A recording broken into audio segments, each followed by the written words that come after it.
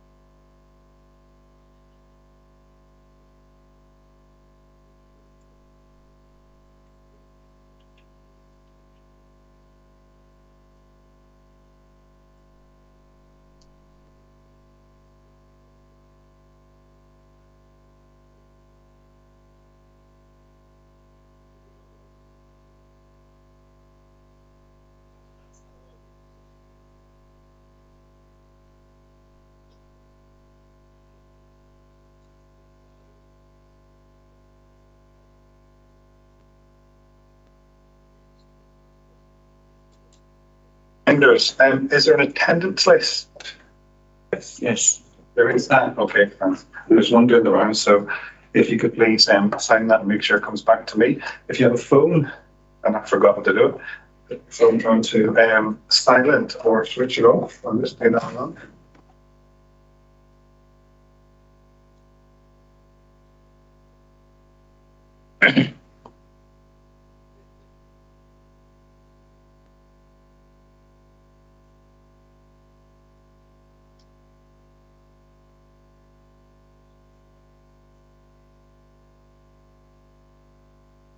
And today will be slightly different to other days in that we will finish earlier, given it's Friday and there are particular difficulties with transport today. On that point, and on the point of the timetable, would the parties be content to start at 9 o'clock on subsequent days of the inquiry? I was going to travel down on Tuesday. Okay, so is 10 o'clock a better start? Well, 9, I would probably be here by 9. It's just traffic and featuring. But if we could say 9:30 on a Tuesday, then that would be really helpful. Or I'll travel down the night before. It's just arrangements there. No, 9:30 I think would be okay. Is it okay with others? Whenever you like. Okay, well we'll keep the timetable as shown, so it's now start on subsequent days. Can I ask the council's running tally thus far of the inquiry documents is could you email that to the case officer today at the planning inspectorate? I'll take a look at it over the weekend. So yes, I'll make sure it's agreed with the other side before we go to. Okay, thank you for that. In terms of today's running order, we're about to hear the cross-examination of Mr. Bridges. Then we've got Mr. Askew. After that, are we hoping to hear from Professor Fulford today? Yes, sir. Okay, and we'll see if we can at least get evidence in chief completed. In terms of next week and your particular evidence, Mr. Anstis, given you're also fulfilling the role of advocate, the normal procedure would be that you wouldn't ask questions of yourself, obviously, in chief or in re-examination. But I know from the timetable that there's an comparison against asking you questions in chief and re-examination. Is that the case? Yes, sir. It's on my left over. Okay. Well, you can either do that or you could simply read your summary as your chief and then deal with the cross-examination questions. But I'll leave that to you to decide. Okay. We have to hand back the security tags, so make sure you hand those back into reception today and then pick up another one next week. I think we also have to clear the room today. That's my understanding. I'll double check, but yes, that's right. Okay, and then just come back in and set up again on Tuesday. Okay, they're all my housekeeping and procedural matters. Mr. Anstis, do you have any? No, sir. Yes, sir. So at the moment, this room is not available on Thursday. I know you mentioned the possibility of going into Thursday. Obviously, that's something I think lots of people like to avoid if possible, although I make progress. But we're looking as to whether there might be other arrangements in the building. At the moment, we haven't got a room for Thursday. Okay. Because this has been booked for something else. Okay, thank you. Mr. Osmond-Smith, if you have any procedural or housekeeping matters? Okay, thank you. In that case, we'll press on with today's business. And would you like to put your questions to the witness, please? Thank you very much, Sarah, and good morning, Dr. Bridges. Morning. Dr. Bridges, we know, don't we, that you live adjacent to the site? Yeah. And it's fair to say you don't want solar development in this particular location.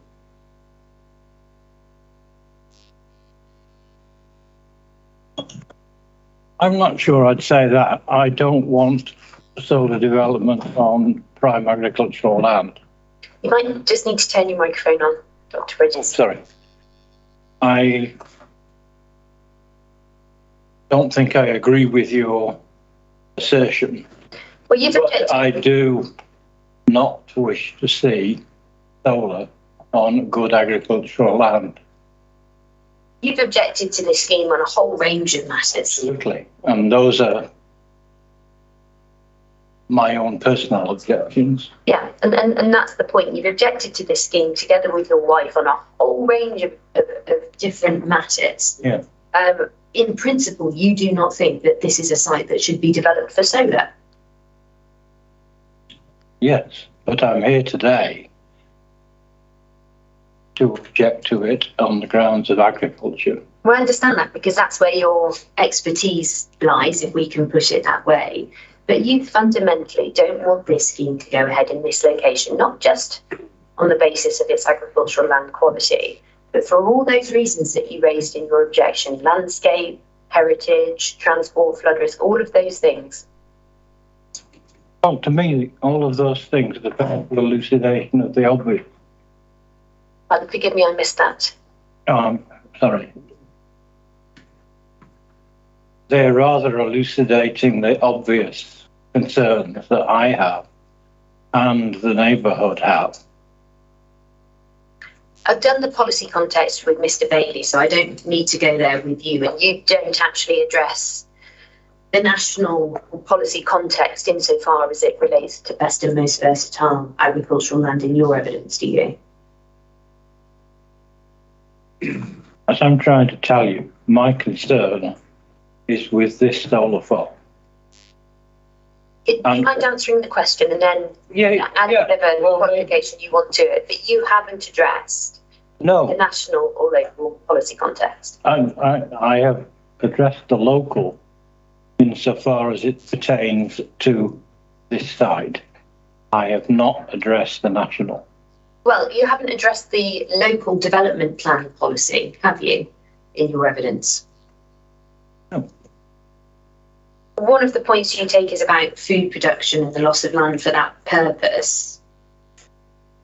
Obviously, we are in a climate crisis now, and we know the effects of that on both the environment and people, yes? Yeah. And it's a remarkably harmful thing. Let's just have a look, if we can. Core document 105. Where do I find these documents? Maybe behind you and someone will give you a bit of assistance.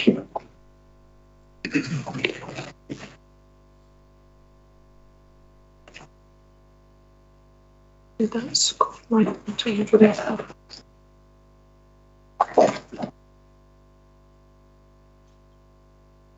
Which one is 105? 105, it's the energy white paper. Right.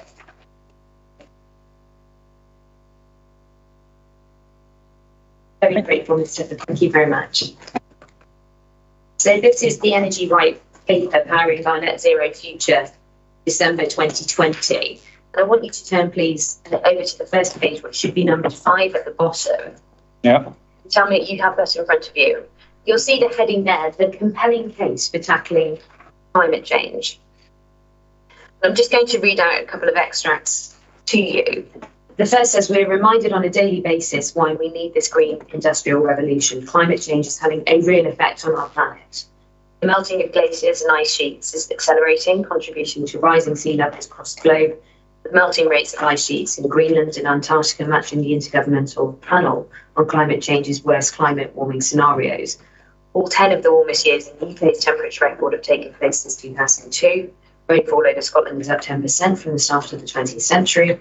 The record-breaking European summer heatwave of 2003 resulted in at least 70,000 deaths across the continent, and such heatwaves are projected to become the norm in the UK by the 2040s at the current rate of warming.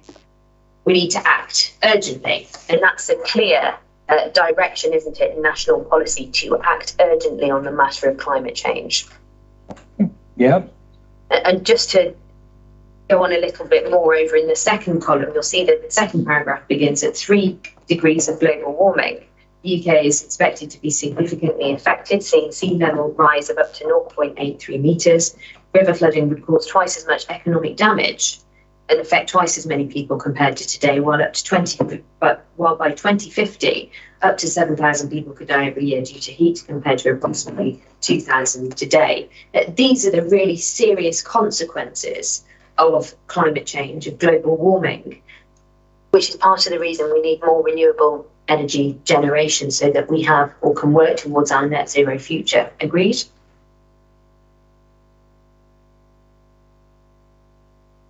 Again, it's elucidation of the obvious. We need green energy. What I thought was in question here is whether we need to sacrifice this piece of agricultural land in order to gain it. Because we've got a food crisis as well, which is equally looming. And the alternatives there are worse than this. It's mass death. Well, we have here set out a whole raft of policy documentation that tells us what we should be doing about the climate crisis, how we should be decarbonising the energy system. And we know as part of that, don't we, that the government sees significant renewable energy deployment as one of the means by which to tackle this issue. Agreed? I think I already just answered the question, didn't I? The answer is yes. We agree, don't we? The answer is that we need renewable energy. Yeah, we need renewable energy. And But I don't understand where you're trying to take me. Well, what we have here is an 85 hectare site, of which just over half is best and most versatile agricultural land, yes?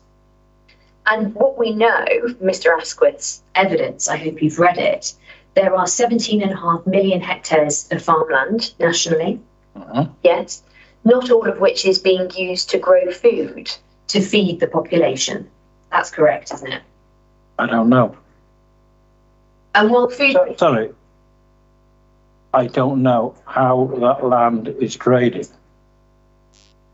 Are you saying that that is the acreage of best and most versatile?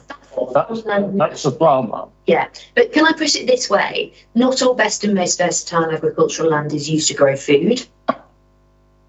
Oh, a lot of it's used to grow houses in Bramley, but this is my essence of my point. There are huge demands from you guys for solar, from other guys for housing, from other guys for factories. And nice, flat, best agricultural land is really convenient to build on. And all I'm trying to say is it's all chipping away at an asset which can never be replaced, whilst we're watching the world population, including here in Britain, continuing to grow exponentially. Part of that chipping away, you told us yesterday, when you moved into your house, was when you turned agricultural land into part of your garden. It's chipping away, isn't it? I'll tell you that. That's what happened, isn't it? No, what I told you was that it was in wheat before I bought the property. And when I bought the property, it was in grass. And I said I had 40 years worth of experience of it being in grass. So I felt that I was in a pretty good position to demonstrate what the situation would be at the end of the temporary life of this installation if you manage it properly. Not all best and most versatile agricultural land is used to grow food, is it? You just addressed that question. Well, No. I need no. And not all food grows on best and most versatile agricultural land. Quite a lot of it grows on what you're calling 3B, which you're regarding as available to do what you like with. And crops can be grown for all sorts of purposes, not just food, for different industries. Lots of different industries, yes? Yes, but so what? I mean, primarily you need food. But, Then you can make biomass, or you can make industrial oil rather than vegetable frying oil. You can do all of these things, but there has to be a ranking order. Now, if we're not going to practice mass genocide, we've got a population problem. And in the way that we run the planet, then feeding this population problem is a big issue. Now, you can take it away to all sorts of things, but the end result is that there's no more land. You know, you go chop down the Amazon, you'll release a bit of, a lot of grade 5 land and a weather catastrophe like you've never seen. There isn't any more decent land on the planet. Dr. Bramley, Everybody on the planet is chipping away at what there is. thank you, Dr. Bridges. This isn't the Amazon, it's Bramley. And while food production is a concern you raise, it's not government policy, is it, that best and most versatile agricultural land should be reserved solely for food production? No policy that says that. Yes or no? Really straightforward question. There is no government policy that you've identified. I'm aware, it's very much under review as we speak, but Again, it's a really simple question, and yes, I appreciate I know, and I'm trapped into an answer which suits you and doesn't face up to the problem that. Well, no, you can answer the question directly, and if you feel it needs to be qualified, that's fine. Yeah, okay. But a yes, no answer is helpful to begin with, and then by all means go on. Okay, thank you. Thank you for the guidance, sir. Ask the question again. There is no government policy that the best and most versatile agricultural land should be reserved solely for food production. Not that I'm aware of. And here it is proposed to graze sheep, so the site, while no longer in arable use, will still be in agricultural use. The word. Yes or no? Yes or no, Dr. Bridges? I don't know. Maybe. Have you read Mr. Asquith's proof of evidence? Yes. Have you read the letters from the landowners that he appends to the end of that evidence in Appendix 1? No.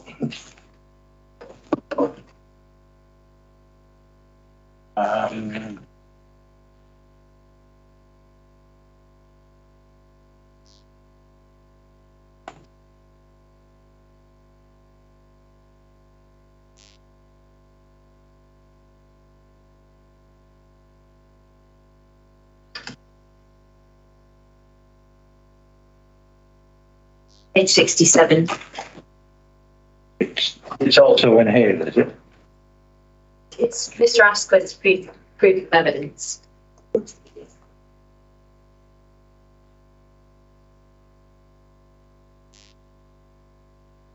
Be clear, that's Asquith. Oh, here it is. Here it is. I'm sorry. I'm sorry.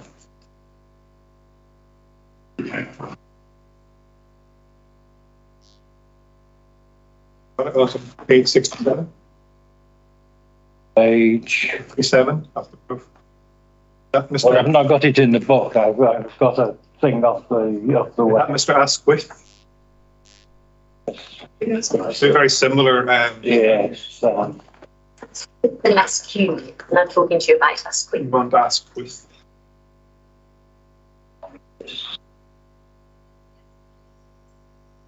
Sorry. I don't think the proof is in there. I think it's gone. It's a short letter, perhaps if you. Yeah, I'll read it. Read it, yeah, okay. So the first letter is from landowners of fields 1 and 2, and the second is for the remainder of the site area. Yeah. And what Jonathan Stacey on behalf of John Cook says about fields 1 and 2 is this: Dear Tom, you've asked us to provide some information about our farming operations and how they would be affected by the development of the proposed solar farm and battery storage. Okay. We are the landowners of field 1 and 2, as numbered by the proposed drawings for the planning application. These fields have been farmed by us since 1977. Our business employs 3 full-time staff. Field 1 has been in continuous wheat production for over 30 years. Field 2 is in an arable rotation including oilseed, rape, wheat and beans. The yield potential of both fields is well below the national average. This has not changed over time. That's the evidence of the landowners who are currently farming fields 1 and 2. But what's that got to do with sheep? I'm getting there. Having to read the whole thing to you. The soil is not very deep, with gravel pockets with a tendency to dry out in an area of low rainfall. This is due to the surrounding land being part of a gravel spur that was left over at the end of the last ice age. Our land is relatively free draining, being gravel, but conversely the narrow depth of soil means we suffer very badly in dry summers. Due to the land quality, it's only suitable for conventional combinable cropping. It could not support more specialist crop types. The proposed solar farm would cover approximately 20% of the holdings of the Church Lane farm. However, this is only 10% of the total arable land farmed, including contract farm land. If we have the added income of the solar, the temporary loss of acreage will provide regular income to help us continue farming, and the extra income will allow us to be more flexible in the management of the land. We also hold a 300-head flock of sheep and lambs, which we would look to utilise the available grazing under the solar farm for additional grazing. We would also look to expand the number of sheep on the farm when the grazing became available under the solar farm. The sheep will be grazed at low stocking rates under the solar farm and as organically as we are able to. We understand the planning conditions that will apply should permission be granted will allow only temporary use of the solar farm and battery storage for at most 40 years. The planning status of the land would then be no different to what it is now, and we understand your proposals would not establish any precedent for other forms of permanent development. We anticipate that on closure and removal of the solar farm and battery store, our use of the land would revert to a conventional form of agriculture. Notwithstanding by then, that may differ from what we do at present. We anticipate that the screening of biodiversity of the hedgerows and wooded areas will be maintained, not least as recent farming policy has been heading towards managing lands for public goods such as natural capital. You've got no reason to dispute anything that's said there. Only the bit about gravel. I'm not sure that that is in agreement with your soil surveys. Well, I can ask Mr. Askew about that, Yeah. But in any event, they have sheep and they're happy to graze them on the land, and that's what's proposed for this zone. Now, you hypothesise at 5.3 of your proof of evidence, 5.3, that field 1 could be classed higher than grade 3A, and at 5.9 that the grade 3B land is of higher quality than the grading implies. That's 2 of the points you make. Yeah. Straightforward point is the only comprehensive assessment on agricultural land value before the inspector is the report of Mr. Askew. Agreed? Yeah. The other big point you make is about soil compaction. Now, since you wrote your proof, Mr. Askew has produced his rebuttal, and as part of that, the appellant proposes a soil management plan secured by condition. You've seen that, yes? Yeah.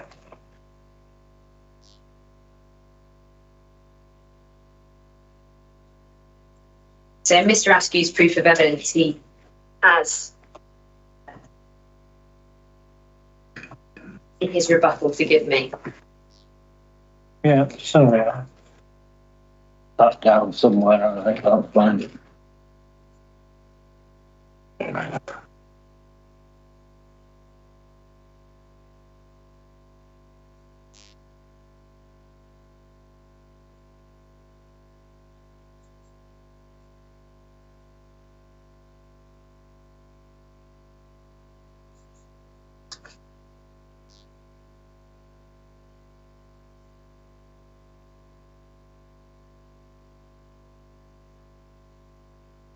I'm sorry, I had that when I came into the room and I don't know.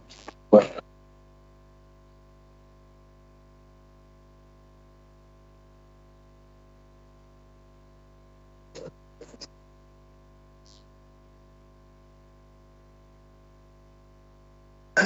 You also mentioning the rebuttal by Mr. Askew as well, Yes, it's the rebuttal by Mr. Askew. which is in this. Is that right? It came as a separate document for me. Okay. Yeah, that's all. It's the best, is it? Yes, I think that's the one. Thank you very much. okay. Just making sure. So the initial. Okay, sorry about that. That's fine. The initial proof of evidence, Mr. Ashford's proof, was appended to Mr. Ashford's evidence Mhm. on the basis that he may not have to be called. But Yeah. rebuttal is a separately bound document.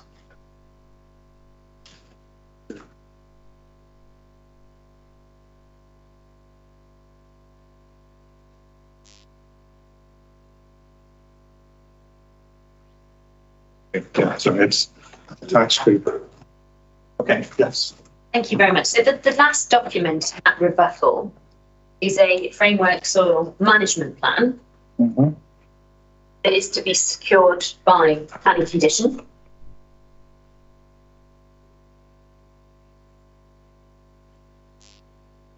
You see that? What's the number on it? The number of what?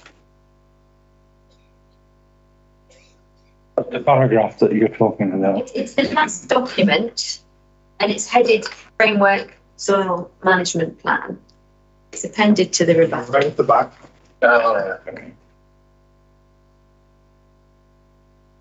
Yep. Have you seen this before? Have you had an opportunity to look at it?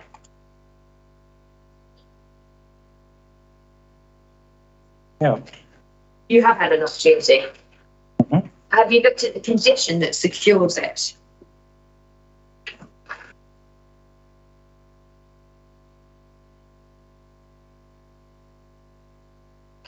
No, I haven't actually seen it. I've seen something rather similar to it. So the last condition is, So the conditions, they're a separate document, but essentially what the aim of the condition is to secure this, or forgive me, soil management plan specific to the site that will deal with the construction phase and the soil management for that, and the decommissioning stage in the soil management for that. Yeah. And in respect of the issues that you raise about damage to the soil, notably compaction, this is a tried and tested method to prevent damage to the soil resource during construction and on decommissioning. I'm sorry, what is? The document. The soil management plan. That's the way. Where is the plan? Well, that will be submitted as part Yes. of the planning Yeah. commission. Because what we have to The do. trouble I have, just to be clear, the trouble I have is that this is all if a button maybe, and it will be put in the future. And, you know, words like, they will do best endeavours to minimise, rather than it won't happen or it will be completely recovered. And it just seems to me that it's a little bit too wishy-washy. And what is actually needed is, how is it going to happen? And how is it going to be enforced? And that needs to be understood from the beginning, it seems to me. And that will all be set out within the soils management plan that the council but will condition. But you've just told me that will be in, as far as the decommissioning is concerned, that will be at the end of the life of the facility. Well, that's over 40 years away, isn't it? Is that something we can discuss during the conditions session? I We'll think- have the condition in front of us. Yes, yeah, I think we'll do that. I understand the concerns essentially Yeah. that Dr. Bridges is So raising. we will have a roundtable session on the conditions, and I'll hear from you in terms of concerns Yeah. you have, and we'll hear from other parties in response. But straightforwardly, the point is this, that when we have a development proposal in front of us and there are impacts that would otherwise be unacceptable, we should understand how those impacts can be mitigated and use conditions where appropriate to do so. Yes? Yes or Yes, no? I understand the objective. Yeah. My only concern is, as I've just expressed, on the timeliness of having this information together. Well, can I ask you no better way of dealing with protection of the soil resource on this site than by planning condition? That's how we go about doing it, isn't it? Well, you're telling me that's how you want to deal with it. in all business that I've been involved in matters like this, there would have been an agreement up front, and it would have been full of shall and conditions in the event of breach. One of the other points you make, and it's another conditions point that I'm sure we'll discuss in due course, but it's about the landscape and ecological management plan and the ability of this site to deliver the biodiversity net gains that it's seeking to do so. Because one of the points that you make is that the skills in this particular area make establishing particular habitats on site more difficult. Have I characterised that fairly? I don't think you've quite understood what I'm trying to say. My reading of the proposal is that in order to achieve the habitats that you desire, you essentially need to starve the soil to reduce the nutrient content. And there are some proposals that you can do that by not putting fertilizer on and by planting certain seed mixes. My concern is that there is too much fertility in the soil. And that was why I was referring yesterday to my own experience. The landscape ecological management plan is a long-term plan for managing the ecology and biodiversity on site, isn't it? Yeah, it's full of ifs and buts and maybes. Right, so you consider it's full of ifs and buts and maybes. It is the appropriate way of dealing with ecology and biodiversity on site. There is no better way of securing those matters than via a planning condition, securing a plan such as the LEMP in this case. No other way of doing it, is there?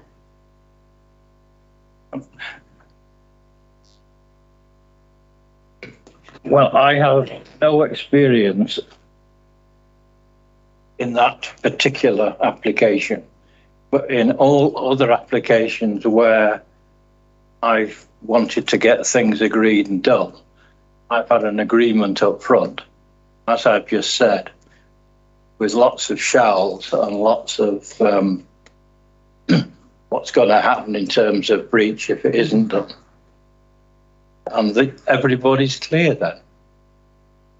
You've got something clearly up front, there's a term to it, everyone knows where they're going and what's going to happen if it is successful or it's not carried out or whatever. This, quite frankly, to me, is not the best way because, in my opinion, you're just kicking it into the long grass. Somebody will deal with it in 40 years. Well, that's not the case. The LEMP applies from the moment essentially that plan is consented. From year one of the scheme, it's not about 40 years, is it? Have you read the LEMP? Have you read it? I thought we were talking about the decommissioning aspect of this. No, we're talking about the ecology and the biodiversity and securing that through the landscape ecological management plan that will itself be secured by planning condition. Have you read it? A long time ago. There is no better way to secure the ecology and biodiversity on this site than through a landscape ecological management plan that's secured by planning condition. That's exactly the right way to do it, isn't it? Well, I don't know. I would not do it that way, but if you're telling me that's the way it's done, that's the way to do it. And then help me with where all of your points on this get you to.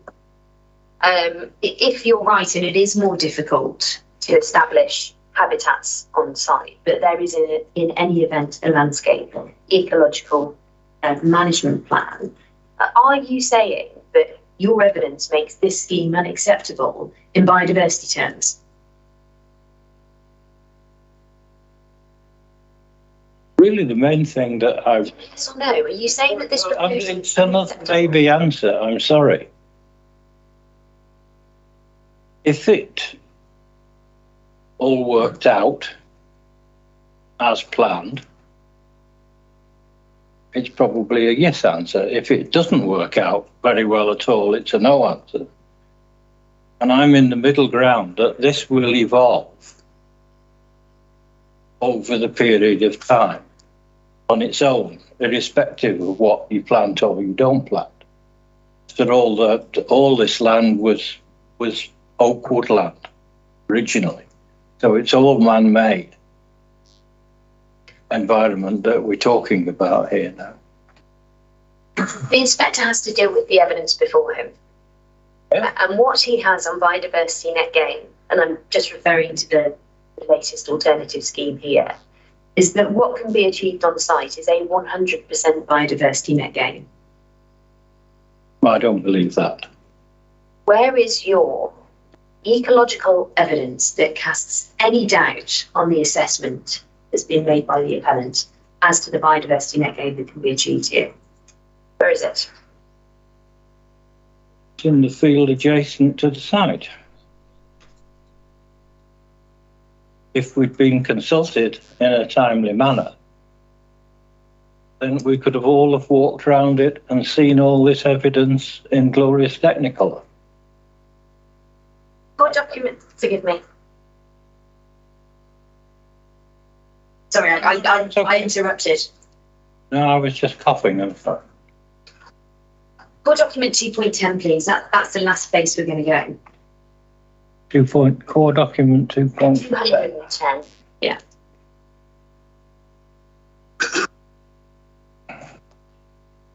Might be in a different folder. The one you've been through previously. Well, this goes. There's 220, 218, 210. Yep. National Infrastructure Commission.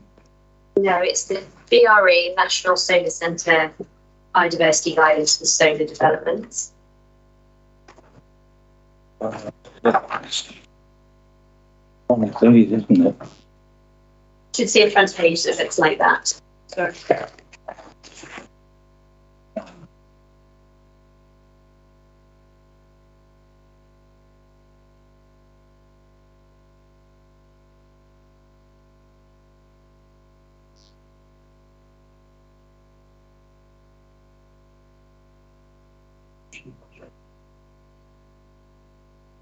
But you've got the problem as well. We've got. So do you have it? Yes. Yeah. Yes. Any drive? No, that's okay.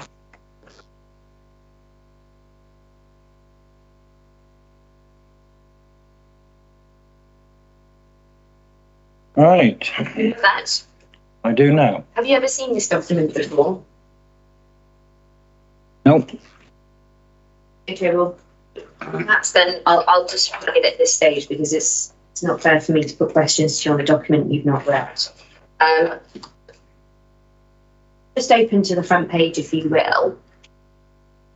We'll just pick up a few points in the context and introduction.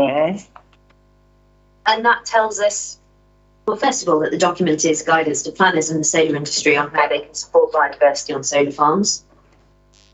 It's a pretty important document in the context of the subject matter we're talking about. And then it tells us at the second paragraph that biodiversity is in decline in the UK. The groundbreaking State of Nature report illustrates the severity of the threat facing British wildlife, with 60% of the 3,146 species monitored being recorded as declining over the past 50 years. A 60% decline is reported for 1,064 farmland species, with agricultural intensification being identified as one of the primary causes. And you don't dispute any of that there. We know that biodiversity is a serious problem. Well, the biodiversity loss is a serious problem. Yes? It's happening in a big way, yes. Next paragraph. Recent studies of agri-environment schemes indicate appropriate land management can bring about significant increases in wildlife populations on agricultural land. In the same way, with appropriate land management, solar farms have the potential to support wildlife and contribute to national biodiversity targets.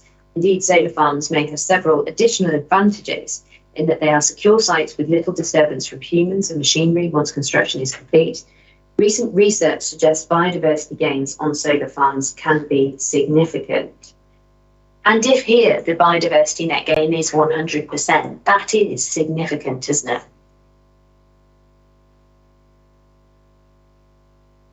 Two answers. If it's 100%, that is a significant number. Second answer, that couple of paragraphs that you just read out was all qualified with cans and mays again, not will. That rather depends on what's proposed and the way in which it's secured, doesn't it? Yes, which we don't know. Turn over the page, please. I'm not going to argue with it. Fly through it. Section 3, please, page 2. Look down to the heading, good agricultural and environmental condition. Yep. The land should be maintained in good agricultural and environmental condition, where soils, water, habitats and landscape features are properly maintained. Soil health is essential to the sustainability of farming in the longer term, and solar farms could play an important role by resting soils through the life of the solar farm. Resting would especially benefit soils that have been exhausted of their nutrients and impacted by farm machinery. Thus, solar farms can provide a means for soil to improve while maintaining production from solar harvesting and possibly grazing. You see that? Yeah. And all of that is, again, a potential for this site. No, I cannot just unanimously agree there. Sorry, again, there's the can and but thing. Right, so hang on, let me complete. There's something in here about soils which have been depleted by agriculture. These soils have not been decreased by agriculture. And there was something else in what you read out about compaction from farm vehicles. Now, this farmer whose letter you read out is a very good farmer who uses very good wide boom machinery,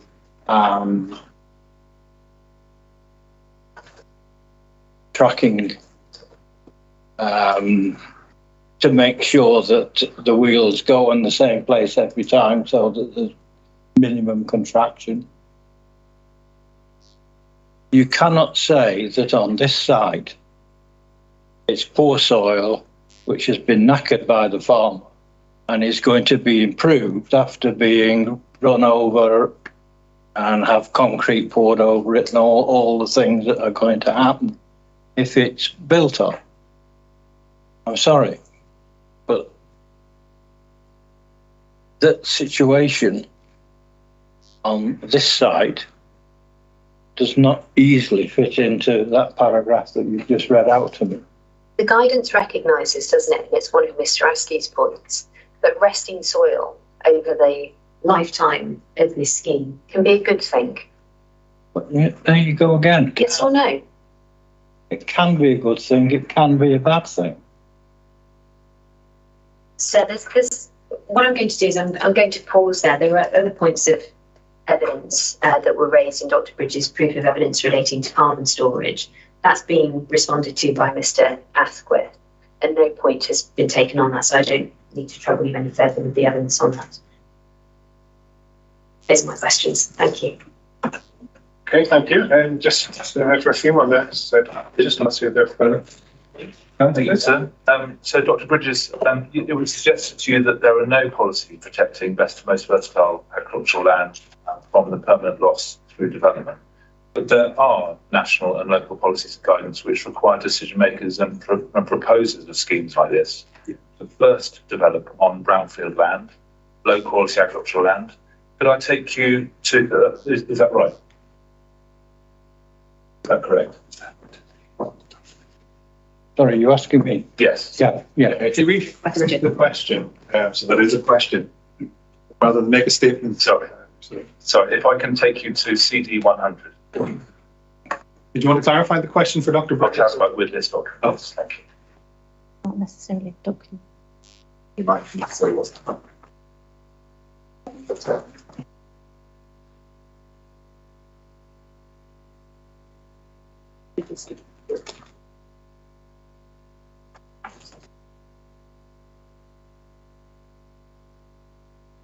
So can I just clarify that someone has just passed a document to Dr. Bridges is only the conditions with the track changes on it. That document's already well, just make sure you have it on his desk.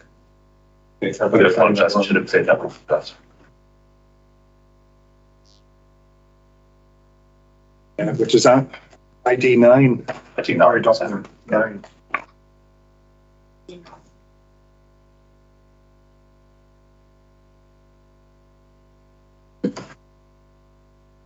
CD 100, Dr. Bridges? No, sorry, that's what I've just been handed. Okay, can someone find CD 100 for Dr. Bridges? Yep.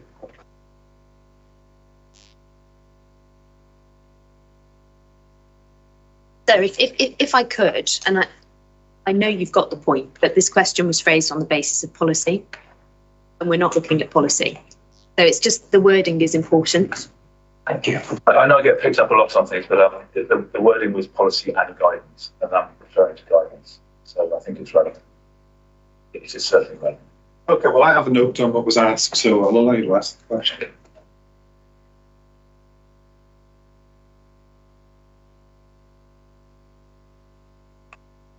Sorry, we're in guidance, are we? Yes, so this is page 9, has the particular planning considerations related to large-scale ground-mounted solar photovoltaic farms. If you like, I can just read it to you. I think you better had, because this hasn't got any page numbers. Okay, so It's one page. it says the development of large-scale solar farms can have a negative impact on the rural environment, particularly in cultivating landscapes. However, the visual impact of well-planned and well-screened solar farms can be properly addressed within the landscape if planned sensitively. Particular factors a local planning authority and therefore decision maker will need to consider include encouraging the effective use of land by focusing large-scale solar farms on previously developed and non-agricultural land, provided that it is not of high environmental value. We just look at that first. Can you, sorry, just for the point that was made, can you explain where this comes from? Explain where This comes from. the guidance. No, see, and it Just make it clear that it is guidance and not. yes, a national planning policy guidance. So it goes on to say where a proposal involves greenfield land, whether this is the particular factors, whether one, the proposed use of any agricultural land has been shown to be necessary, and poorer quality land has been used in preference to higher quality land. So do you recognise that this guidance, as an example, puts a requirement on proposers and therefore decision makers to first develop on brownfield and low quality agricultural land? Yeah, that always seemed to me to be the case. Do you see it? Common sense. Do you see it as a sequential requirement to first ensure the effective use of land? So leading. Yeah. So I don't know how to express it otherwise, but I'll try again. Yeah, but be much more open. So Don't put the answer in the mouth of the witness, because that calls into question the weight they're given to it. So be very open with your question, so that it allows the witness to give Thank you. their So- professional opinion. So do you consider that guidance, as an example, requires this proposal to consider first whether it is necessary for the proposal to use best and most versatile land?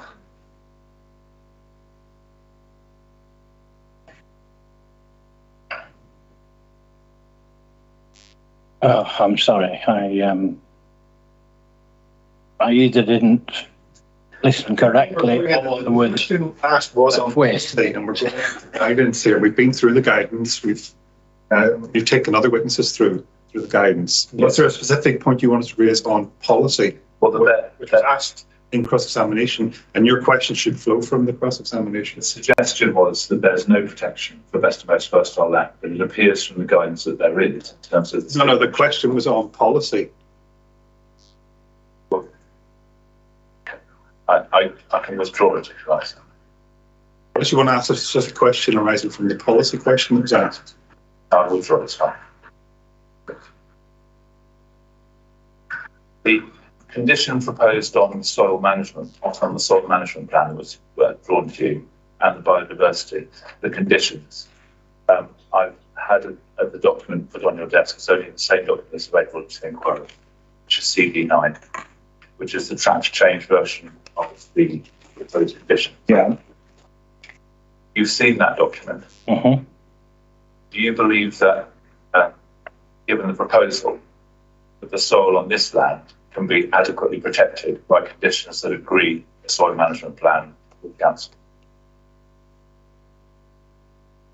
Not without seeing the plan. I don't agree. And we do want to have a condition session, obviously, and go into that in quite some detail. You want to do specifically with that condition? No, it's leading on to the next question, which is it was suggested to you that there is no better way to secure the future of this best and most versatile land.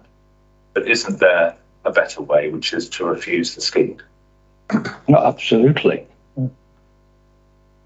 The final question is CD 210 was shown to you as the biodiversity guidance. Could any net gain proposed? That's one. You don't need to have a look at it, just, Okay. just referring back to it. So, could any net gain that's proposed here by this scheme be achieved by the current farmer or landowner without the proposal? Absolutely. Yeah. And no further questions, thank you. Thank you for that.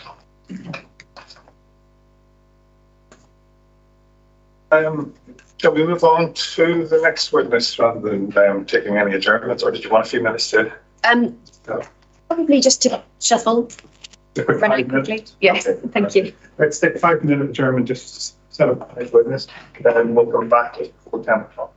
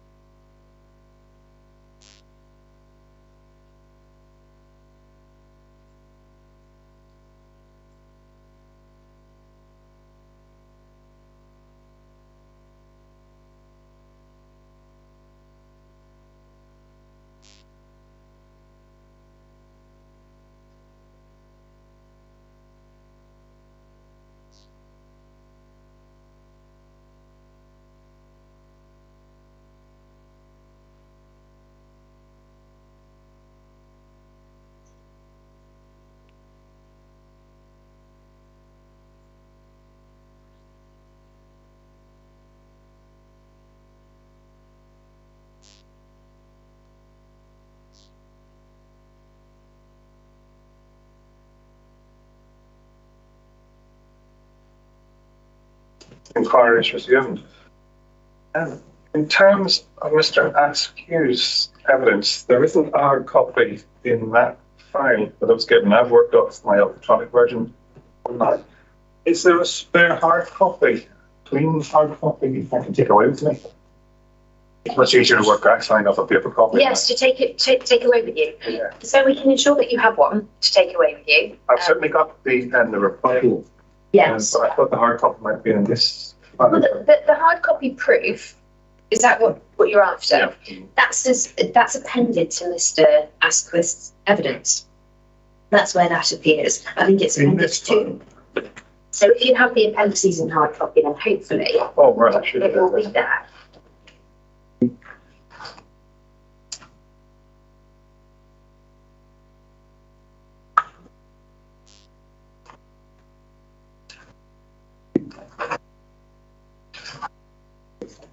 I think that might be Mr. Asquith's rebuttal. So it's the main proof of evidence. Yeah, this was it. Yeah, just after the letters from the landowners actually said that we Looked at earlier. looked at earlier.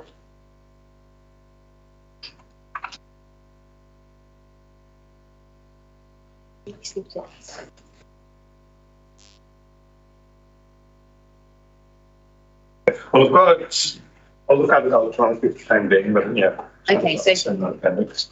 So it's the very last few pages probably be the PDF that you've got there of Mr. Asquith's evidence. So that's the proof of evidence, which essentially, and I should say, very good morning to you, Mr. Askew. Yes. Good morning. Good morning. Thank you. So we've got those two documents. We've got your proof of evidence that was appended to Mr. Asquith's evidence, Yes. probably designed to confuse everyone, Mr. Asquith and Mr. Askew. And then you've got your rebuttal proof of evidence that you've produced in the evidence of Dr. Bridges as well. And you set out the same introduction for both, so it doesn't matter where we go, but it's section 1 in any event, where you tell us you are Robert Askew. You hold a master's degree in landscape, ecology, design and management from White College, London University.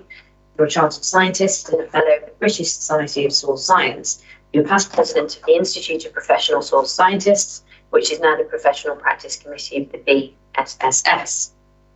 That is correct. You have over 30 years of experience in environmental research and consultancy. You've given evidence at numerous public inquiries, including Town and Country Planning Act, Local Plan Inquiries, 1925 Allotment Act inquiries, and Section 78 appeals. You've also given evidence on soil and ALC at the All-Party Parliamentary Group on agroecology at the Palace of Westminster. That's right. As to your current work, that's at 1.1.3, and you tell us you're currently topic lead for agriculture, forestry and soil for HS2 Phase B, which is the Crewe to Manchester part of that line. Detailed agricultural land classification survey of proposed Bramley Soap Farm. I'm switching paragraphs. Sorry, and you've managed agricultural land classification and soil resource surveys as part of Highways England Lower Term Crossing Highway Scheme. Then in respect of Bramley at 1.1.4, you've been involved since July 2020, and that's when your practice carried out a semi-detailed agricultural land classification survey of the proposed Bramley solar farm. And just on that, what essentially was your or the report's approach to understanding the classification of the soils on site, and how was that reported? Okay, so we carried out an intrusive agricultural land classification survey in accordance with the Ministry of Agriculture, Fisheries and Food agricultural land classification system for England and Wales.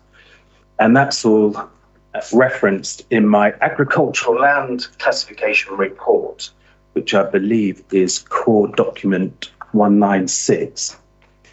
So the survey itself involves looking at soil profiles on a grid basis with a handheld soil auger and occasionally digging soil pits.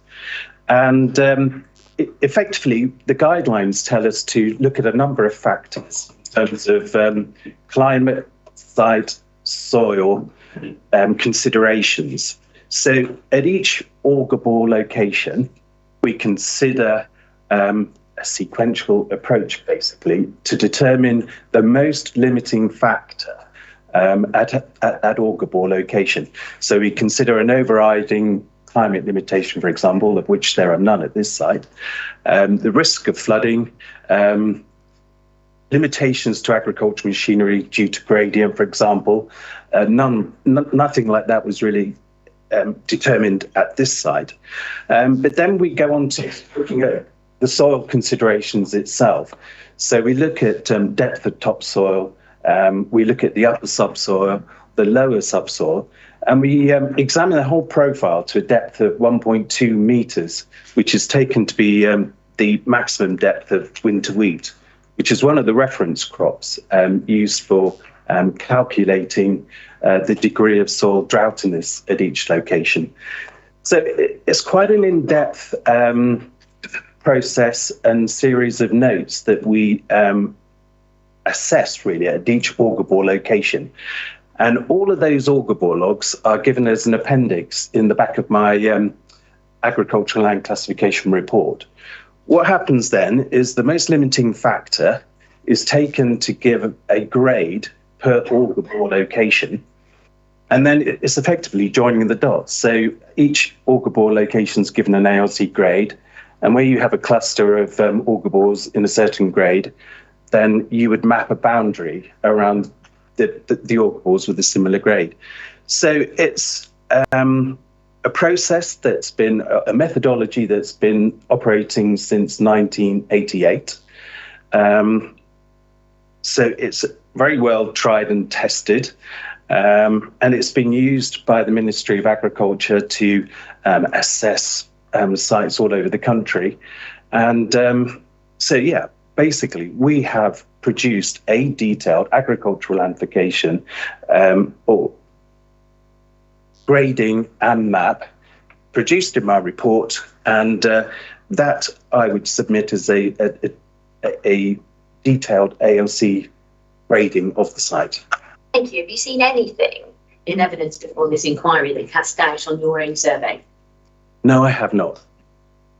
In your rebuttal proof of evidence at 1.2.3, you referred to the MAF detailed post-1988 ALC survey of agricultural land at Forgefield, Bramley Green. Why do you refer to that? I think it's a helpful point of reference because it's the Ministry of Agriculture hasn't carried out detailed, which are also known as post-1988 ALC surveys across the whole country. They've only surveyed certain areas, and that information is available on the government Magic website. So I've taken that information, and that the closest particular detailed MAF 1988 ALC survey to our site is the one that I've referenced here in my evidence. And I think why it's so useful is that that particular site includes a particular area at Forge Farm that's underlain by London clay. And the Soil Association is grouped into the Wickham 4 Soil Association. And that is the same set of circumstances. They've got similar climate, similar geology, similar soils to that found in the southern part of our site. They've determined predominantly subgrade 3B. We determined wetness class 4 and similar subgrade 3B. So I submit that as a comparable survey to our own. It just substantiates really that our findings are comparable with what MAF has determined by detailed survey in the area. Thank you very much for that. Point you make in both your proof and your rebuttal, so it's 1.4.2 in your proof, 1.2.8 in your rebuttal, and onwards in your rebuttal, but it's something you cover for the remaining paragraphs, is the issue of how the soil might benefit over the lifetime of the scheme in respect to soil organic matter and soil organic carbon. Can you just explain those beneficial effects that you see arising? Yes, indeed. So once the solar farm is constructed and the ground is sown with grass and the panels are in place, then over the lifetime of the scheme, over 40 years, then there will be an accumulation of organic matter into the soil, because there will be plants, roots, and plant leaf litter that get incorporated into the soil by earthworms, microbial decomposition, etc., those types of natural processes. So over time, that will build up the amount of organic matter in the soil.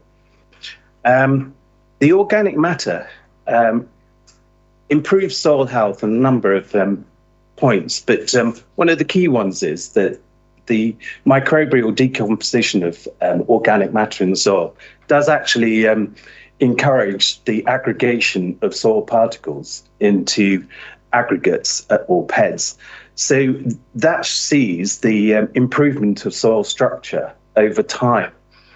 And certainly over a period of 40 years where there's no tillage, and you have these beneficial biological processes with soil flora and fauna, then soil structure will improve over time. So in terms of when you have a free draining soil where structure is being improved, then that actually encourages the habitat for soil flora and fauna.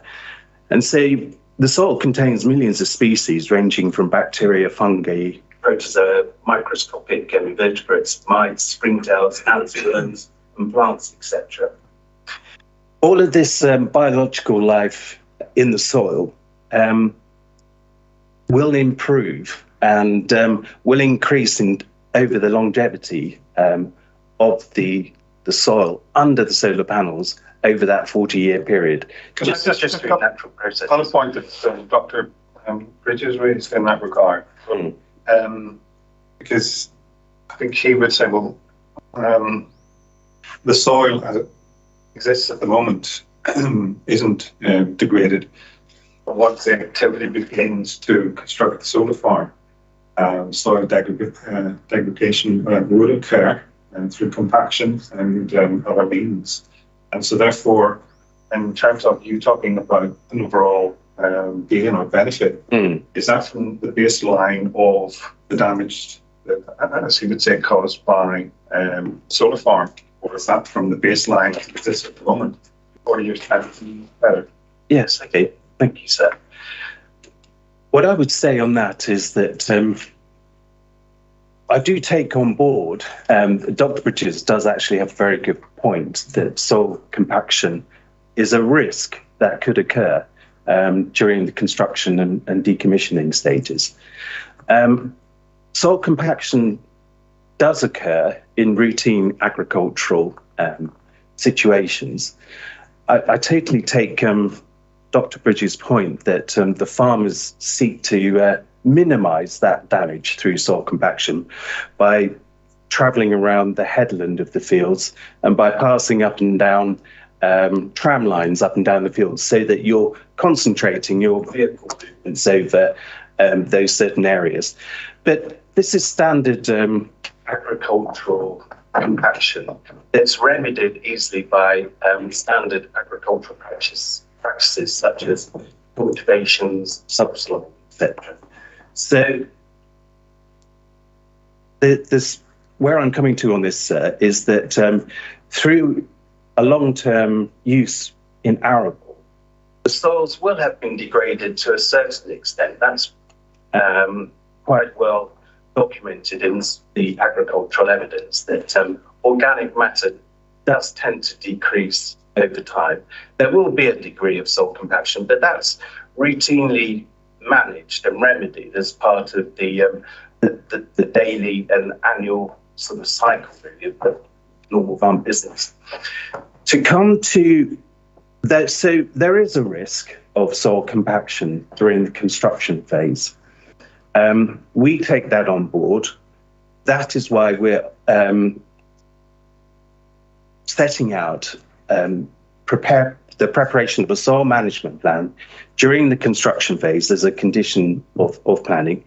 And likewise, there will be a soil management plan to ensure that soil damage is minimised during the decommissioning of the stage. So the benefits that I see in soil health over the operational life of the scheme follow on from the fact that we have sought or will ensure the minimisation of soil compaction during the construction phase. It is inevitable that there will be a certain degree of soil compaction during construction. I don't think we, shy away from that. The soil management plan seeks to minimise that compaction. And then, as I say, there will be restorative processes that happen naturally in the soil once the panels have been constructed and over that 40-year period. So that so we've minimised soil compaction during the construction phase. There will be benefits over the lifetime of the scheme. There is another then risk of soil compaction during the decommissioning stage. So that, again, will be sought to minimise any soil compaction during decommissioning. But once the panels have been removed, there would be, there are standard agricultural practices to remedy any residue soil compaction that might occur. And as I sort of began with my answer to your question, sir, is that that sort of level of compaction happens in an agricultural circumstance in any event, and there are standard procedures and techniques to relieve compaction. So once we accept compaction is a risk, we definitely know that there are known guidance, standard industrial agricultural practices that can sort of minimise the level of compaction, and where that might occur, then it can be remedied by standard means. I hope that answers your question, sir. Thank you. So, going to come to the soil management plan last, if we may. Just one question before we do. Is there anything, in your opinion, with respect to the soils issue, to prevent this site returning to agricultural use in 40 years following decommissioning? No, I don't believe so. With the implementation of a soil management plan, then there is no reason why it can't be returned to agriculture. And then that's the last place I want to go then, if we may. You have included within your rebuttal a framework soil management plan that's going to be, that we propose should be secured by planning condition. So you just explain what that does. You've already touched on it to some extent, but if there's any further detail that you think the inspector should know. I think I set out the principles of the soil management plan. Soil management plans are used throughout different developments, and I have considerable experience of soil management plans on HS2, for example, where a lot of the land used to construct HS2 is used temporarily, and then subject to a soil management plan is returned to the farmer post-construction. So these methods are tried and tested and are in operation throughout the country at national level. And I have set out the best practice guidance that I would like to see utilised within a soil management plan in my framework soil management plan, which is Appendix 2 of my rebuttal proof. One thing I would draw your attention to, sir, is that the Bible for land restoration and for soil management plans is the Ministry of Agriculture Good Practice Guide to Handling Soils, which was produced in 2000. But that's recently been taken on board and updated by the Institute of Quarrying in 2021. And I would draw your attention to my paragraph 1.27 in the rebuttal proof, which sets out the reference really to the main sheets A to E, that I would like to see included as part of the soil management plan. This update of the MAF practice guide by the Institute of Quarrying was produced in consultation with Natural England and the Welsh Government. So it's recognised by at national level. I think that's taken to be the most up-to-date set of guidance really that I would like to see implemented as part of the soil management plan.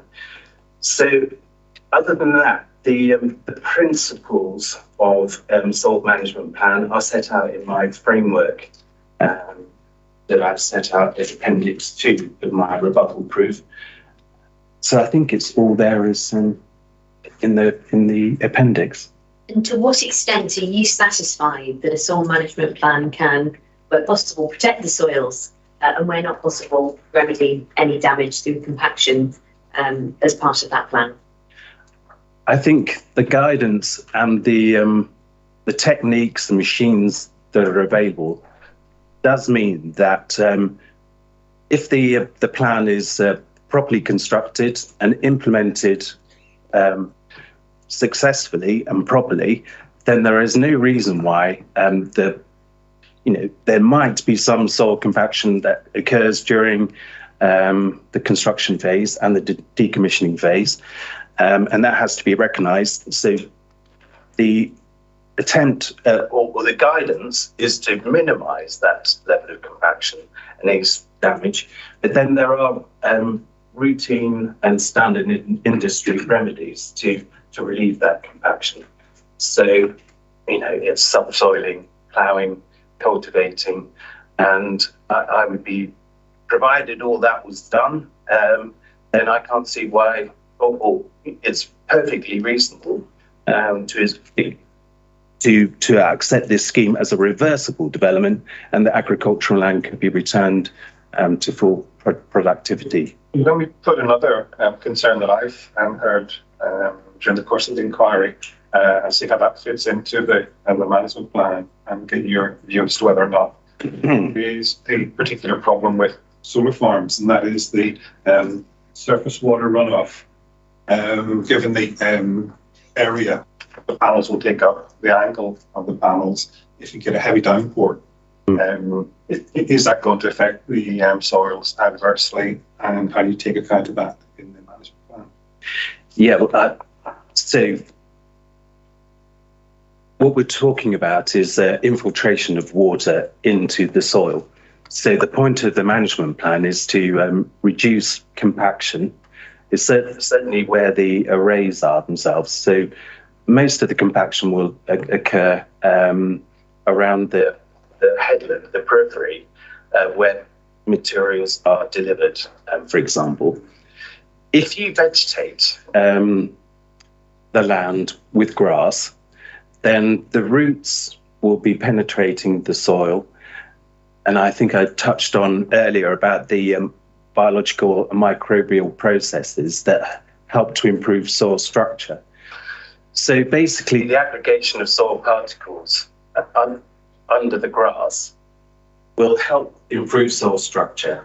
That will help allow the passage of gas, air, oxygen, water between the soil particles. So I think the key thing here is to avoid excessive compaction, to vegetate the land with grass.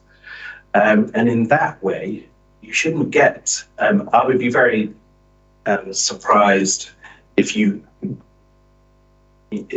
that resulted in excessive runoff. Basically, you've kept the infiltration of water into the ground, and so that is entirely one of the aims, really, of the soil management plan is to maintain that soil structure and infiltration of water into the ground.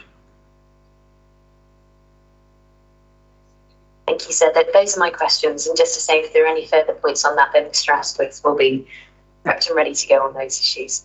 Thank you. Thank you.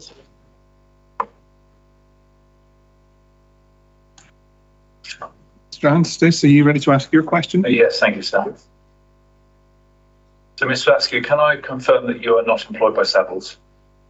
I'm not employed by Savills, that's correct. Can I take you to the appellant statement of case, please? Page 9, paragraph 9.25.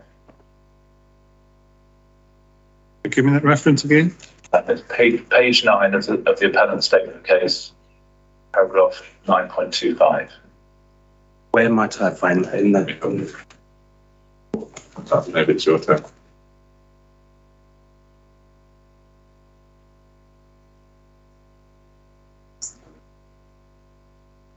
Board document 91. Thank you.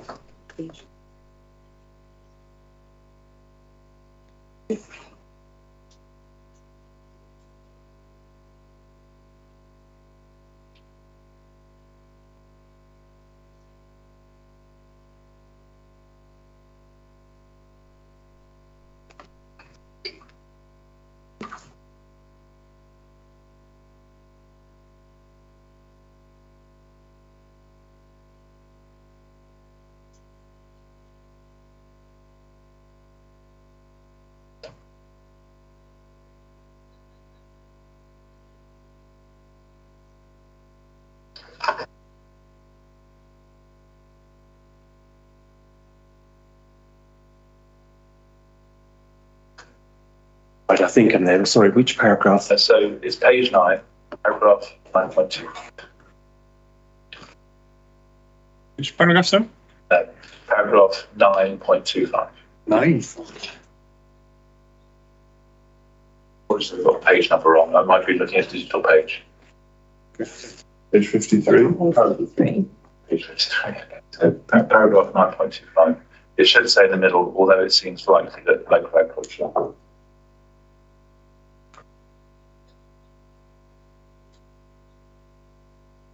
Sorry, sir.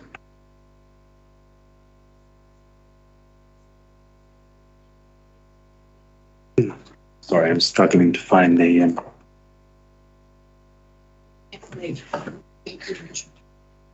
I think a copy's being handed up. Thank you. My apologies, sir. 9.25. All right. Sorry. For the delay. Thank you.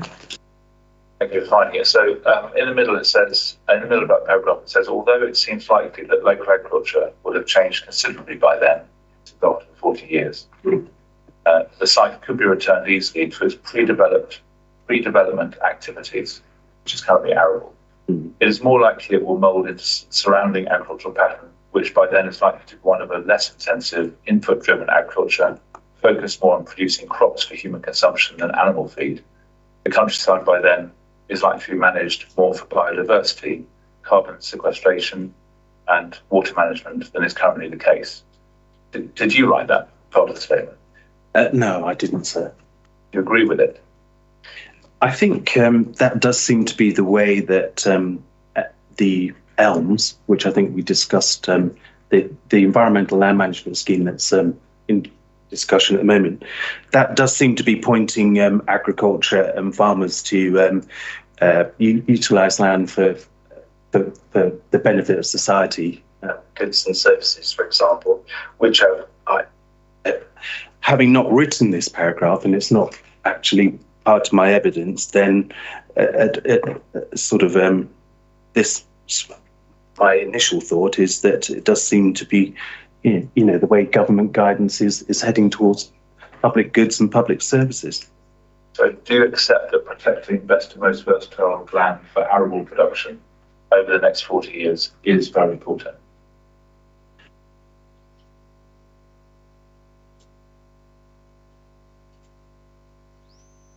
I think that best and most versatile land can be utilised for all types of activities.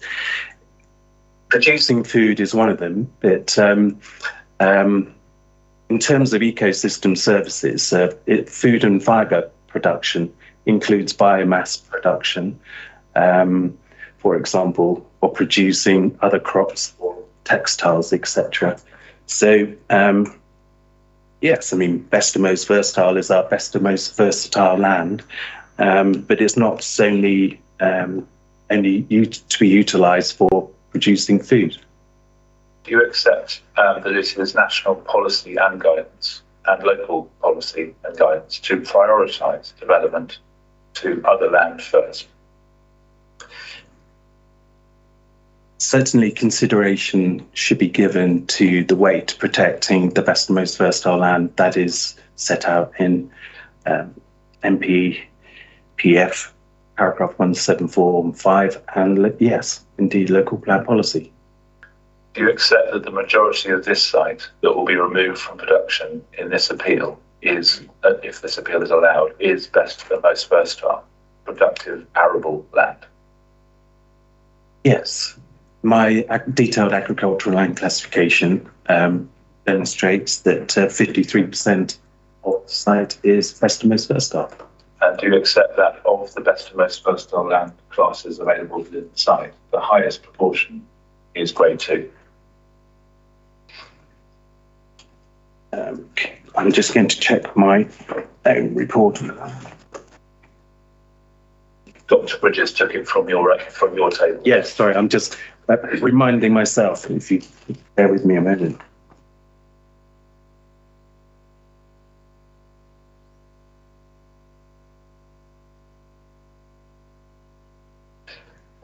So, sorry, can you repeat the question? Because from my ALC report, that actually it's 3A that's the biggest proportion. It's the biggest proportion, but it's to accept that of the best and most versatile land classes available within the site, the highest proportion is going to be used is grade 2 in terms of percentage.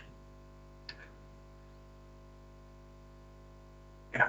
You look at the amount of grade 2 that's effective, the amount is used. It's 92% or so. Sorry, I understand the question. Yes. You've accepted already that placing and removing concrete pads and the rest of the infrastructure over the arable land for a period of 40 years may cause compaction. And you accept that also very localised drought and waterlogging? You didn't really address that with your inspector last year in terms of whether waterlogging would occur. Because you've got concrete and you've got gaps in between, which is soil. So the water comes down, lands on the concrete, pours either side of it. That has to cause waterlogging. No, I don't agree with that. I believe that the soil management plan and vegetating the site with grass, you will maintain infiltration of water in the soil because you're maintaining soil structure around the concrete bases. So yes, you do get runoff from the panels at the concrete base, but I think there is capacity within the amount of grass around the infrastructure that you would get infiltration of water into the land. So no, I don't accept. You're the expert. We're just thinking logically. If there's a concrete pad over soil and rain comes down, we can't get through the concrete, right? Oh, quite right. Yeah. So under there is going to be a drought, localised drought. There won't be water to that affected area, and then on either side, the rain will pour off the concrete into the land either side and create localised waterlogging. No, I disagree. Why do you create drought under the blocks? Because there is no vegetation to which be droughty too. You see what I mean? I don't. Sorry. I'm asking you. So I'm just asking, how does rain get underneath the concrete pad? It doesn't. It flows off the concrete pad into the surrounding ground. So you dealt with how to deal with the risk. As you recognise there is a risk. You said so, that you recognise there's a risk of compaction. Yes. You said that one way of doing that, that was the first option you suggested, was using a subsoiling. Is that an appropriate one to use here? Oh, well, only that's after decommissioning and the panels are removed. So subsoiling would be the way you go first of all. That would be a traditional agricultural approach. It's one attempt, one method. I mean, I think part of the decommissioning, once the panels have been removed, you typically carry out some inspection pits to see where compaction may be located, and then you would remedy it through the best implementation, machinery, and techniques available at that time. But you mentioned a few, just to go through those, it's important. So you said subsoiling. What other methods would you use to recover the compaction?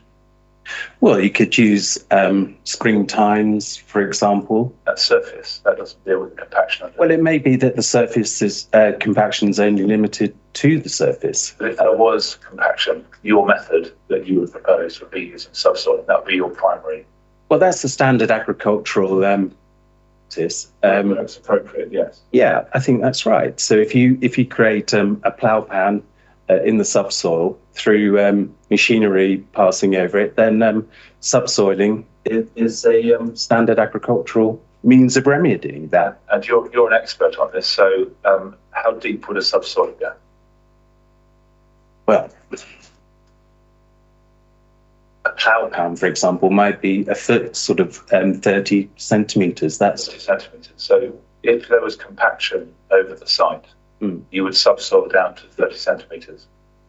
If that was, I think what I would say is that through the decommissioning soil management plan, you would carry out inspection pits to see where any compaction may occur. So I don't believe, with the use of all roads, geotax style matting, for example, or whatever technique is finally employed to minimise compaction, that you are going to create compaction to any greater depth. But if you do, there are techniques, ripping, for example, where you could relieve compaction to. You just describe ripping to inspect. How deep does that go? What's involved? Well, we're talking very significant compaction now, down to sort of 50 centimetres, that sort of depth or beyond. Nearly a metre. Yeah, and it can be as deep as a metre. Yeah. And by that time, you need a tracked vehicle, a big bulldozer, to pull a deep ripped tine. But I think you're taking me into territory of it's important. Okay. I would say it's very much. Hold on, I need to get the. I accept, I'm giving you my best advice that restoration techniques do exist to relieve compaction to, say, a depth of a metre. But by that time, you're using very big machines, caterpillar type machines to relieve that. But I certainly don't envisage, that's a worst case scenario. I certainly can't envisage compaction to that sort of depth. But what I am saying is that on landfill restoration sites, for example, there are machines and techniques that exist to relieve compaction at that depth. But we're looking at this site in specifically this best and most versatile arable land and the restoration of it back to that production at the end of the scheme. So in terms of being productive arable land at the end, if you were to recover it using methods you've just described, do you know, have you looked at that in terms of the weight of each of these concrete pads with the infrastructure on top? How heavy they are, have you done a detailed analysis of the impact of that? No, I haven't done a detailed analysis. So we don't know the level of compaction over 40 years of it sitting there. But not just the imposition of it and the extraction of it and decommissioning, but also the sitting of 40 years. No, I don't know the actual degree of compaction. I've accepted that there will be a degree of compaction. And then during the decommissioning phase, you would do your inspection pits to determine where that compaction has occurred and employ the best remedy techniques available.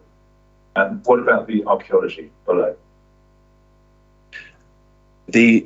I'm sorry, I'm not an archaeological expert, so I think that's beyond. We'll have a session on heritage, obviously, next week. And the reason why it's highly relevant is because if you have one expert who's considering that there would be remedies for compaction that involve going down to a metre over the whole site of track vehicles. No, worst case scenario, so we have to consider that. The questions on archaeology are for the archaeologists, so, Yes. yeah. No, I'm just trying to search what proposals would be. Okay, yeah, you've had your answer to that, so yeah, and certainly if you want to take this forward with the archaeologists, then next week is the time to do that. Not just that, but if I may say, that was a complete mischaracterisation of Mr. Askew's evidence, and it's really important that that doesn't form part of a record that's then put to Ms. State. Unfortunately, she's in the room to hear this evidence, but if it's put to her that there will have to be remediation of up to 1 or 2 metres across the whole site, then of course that has a different impact, and that's not what Mr. Askew said. And I have a note on what was asked. Yeah, I'm not suggesting that at all. So do you accept that the level of harm caused to the soil cannot be fully known until the end of the development period? Yes, I do. And the point of the framework or the detailed soil management plan is to accept that we've identified there is a risk of compaction. The soil management plan is the mitigation. There are remedial techniques to resolve any residual compaction. And following that procedure, which is, like I say, industry standard procedure being carried out throughout the country on various national infrastructure schemes, then I see no reason why the land can be returned to agriculture. In preparation for your soil management plan, have you done a detailed costing of the worst case scenario for recovering the land? No, I haven't, sir. So is there any amount that is being set aside for that purpose? No, I've stuck my brief. My evidence is concerned with the actual technical soil aspect, not the economics. Dr. Bridges suggested that this is not currently degraded land. Do you accept that? Not entirely. No is my answer. The qualification is that it would have been degraded over time just through agricultural use. So, like I say, it's recognised that there is agricultural soils that have been in arable use for a long time are low in organic matter. It's a worldwide, issue, and so soils are. I wouldn't obviously.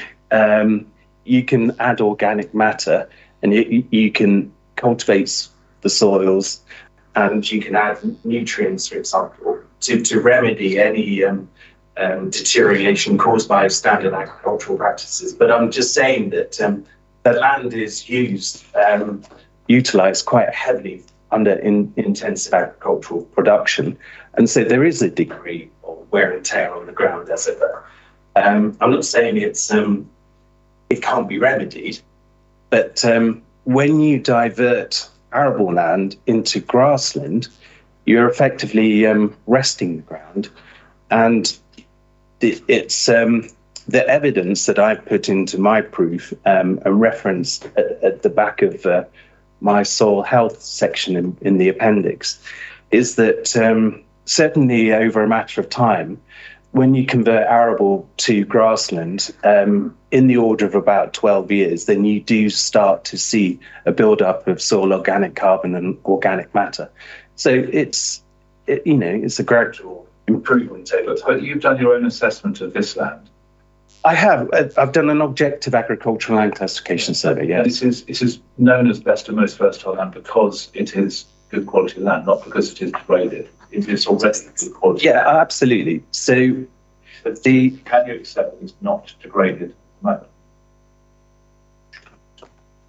It's best and most versatile, certainly, because that's the physical parameters that I assess for grading the land are such that we can derive the best and most versatile grade.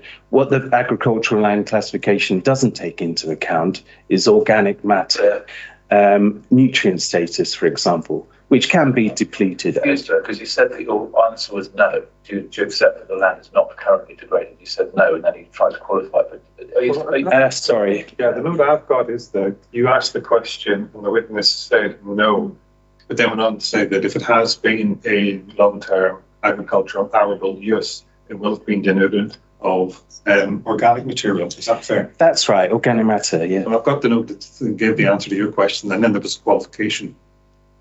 So field 4, for example, I think is dedicated or have been dedicated to potatoes. Is that capable on land that's been degraded?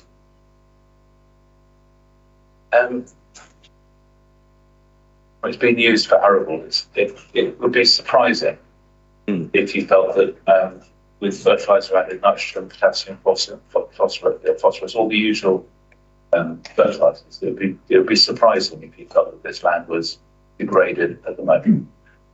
Well, when I say degraded, I'm just saying that the intensive agricultural production does take organic matter, and it does sort of create localized compaction. That's just the standard agricultural management that's required, because you're utilizing the land very heavily for intensive agricultural production.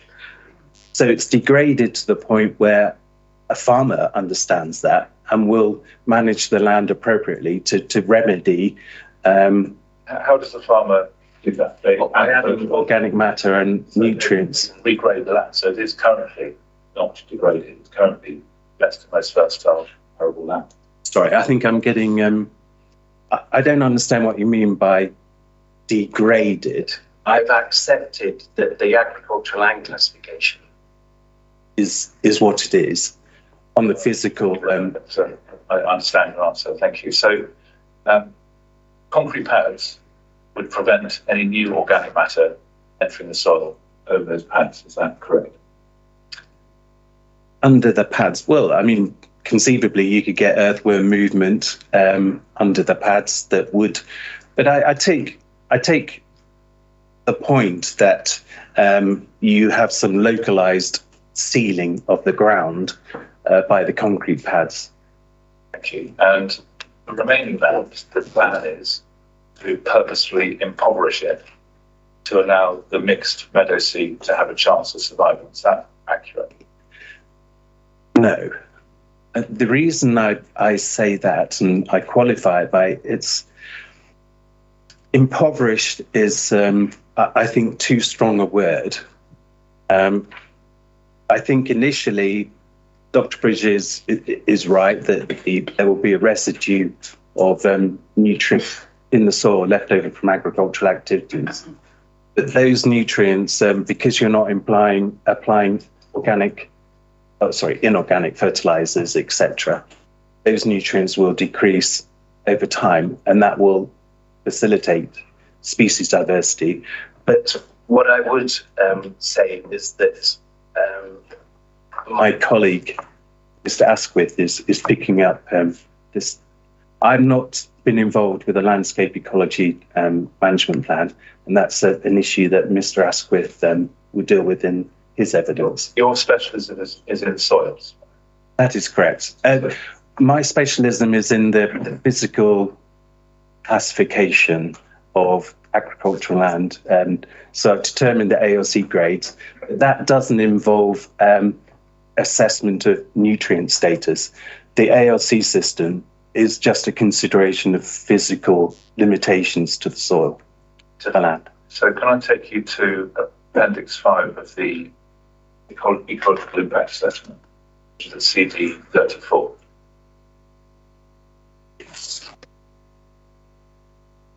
Like I say, I've not been involved. I appreciate that. Yeah. Just looking at the condition of the soil, which is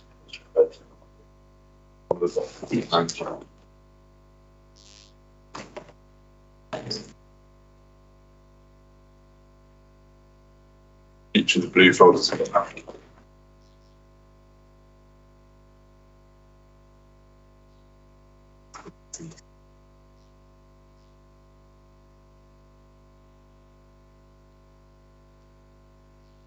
So I have CD 34 in front of me.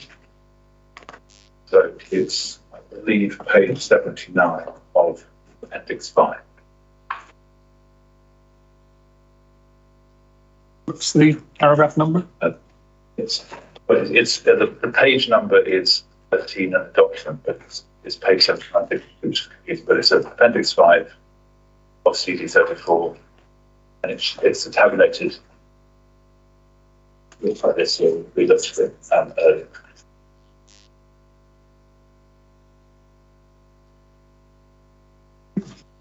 Right, not there yet. Yeah, I've got appendix 5, biodiversity net in blank page. Is it in a different document? Appendix 5, and it's shown as page 13 of the ecological impact assessment. Oh, yes. See, I think it's those tables again, sir, that we're Yes. Oh, that's a bit of a difference, please. Thank you. That So it's in the plastic wallet. it is, yes.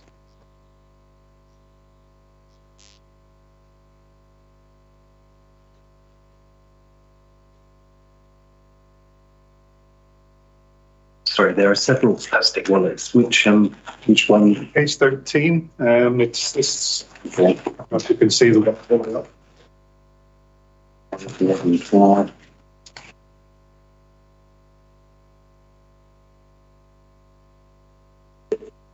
Right hand. Yeah, this is page 12. That's as much as I've got in them. Is there another folder after that one?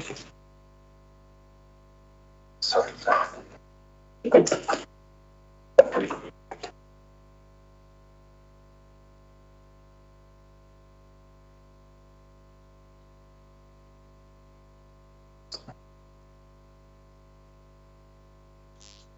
don't think you still need to take it out even, Right. and just for the pictures not to get mixed up. Yes. Sorry, yeah. That's okay. So I asked you whether the plan was to be purposefully impoverished. You said you don't think it would be impoverished. Could I just take you to the second entry, which describes 48.7 hectares, the target condition of being poor? Yes. So do you accept that it is going to be purposefully impoverished? No, I don't. I think the aim is to reduce nutrient status, because my understanding, and I'm not an ecologist, but as a soil scientist, my understanding is to not completely impoverish the soil in nutrients, but to reduce the nutrient status so that more species can compete. So I take the word poor, but I just struggle with impoverished. I don't think it's. What do you see as being definition of poor in that instance? A low nutrient status. I think if you were to go to the British standard topsoil, for example, topsoil classified for use for for nature conservation purposes would be classed as low nutrient status. So I think low and poor is. So there's a contradiction in your evidence, because you're saying that with the cessation of arable, which you in your submission would degrade the soil because of using it for crop production, despite the application of fertilizer, you're saying that it is stopping that degradation, and yet the plan is to remove the nutrients that are provided by fertilizer anyway. So with respect, I have to intervene because the whole basis of the question is entirely wrong. We're looking here at a grassland habitat, and it's the condition for the grassland habitat. In terms of the metric that we're concerned with, the questions are being put on the basis of the condition of the soil, and that's not being made clear at all. It's fundamentally just a misunderstanding of how the metric works. I don't know if that's this, but we are really going down the garden path. I don't agree, so I'd like to continue. Okay, so are you asking about the soil condition in general across the entire site? In terms of its best and most? In the plan, there are 48.7 hectares that are proposed to go to meadow, and one of the proposed supporting reasons for the scheme is to suggest that grassland would improve the soil. And the evidence would suggest that that's planned to be the opposite, because in order for that to survive, you would have to impoverish the soil. You can't have both. So can I help? Yeah, well, I think I've had responses to this. As you've asked the question, I think the answers come back. Well, it's not a case of impoverishing the soil. It is a case of removing or letting the nutrient level to degrade naturally to allow a more species rich environment to develop. So taking out the there will be no fertilizers applied. Natural process, the soil will become nutrient deficient in terms of applying nutrients. Have I misunderstood things? No, that's entirely how I see it. Yes, that's the point of it, isn't it? Okay, and I've got that certainly. So you don't need to press the point because I've got that in my note. Your question was asked and I got the response. So I don't think I've misunderstood the question or answer. No, thank you. So do you accept that the panels will overshadow the land beneath? Yes, to a degree, yes, they will. So how will the proposed degradation of the soil, as you don't agree that that's the right expression, to a poor condition, how will that allow the immediate restoration at decommissioning back to best and most versatile productive arable land? If we've converted it to meadow, and that's been successful, immediately upon decommissioning, how does it return to arable? I think what we've established is that nutrient status will diminish over time, and that will increase species diversity.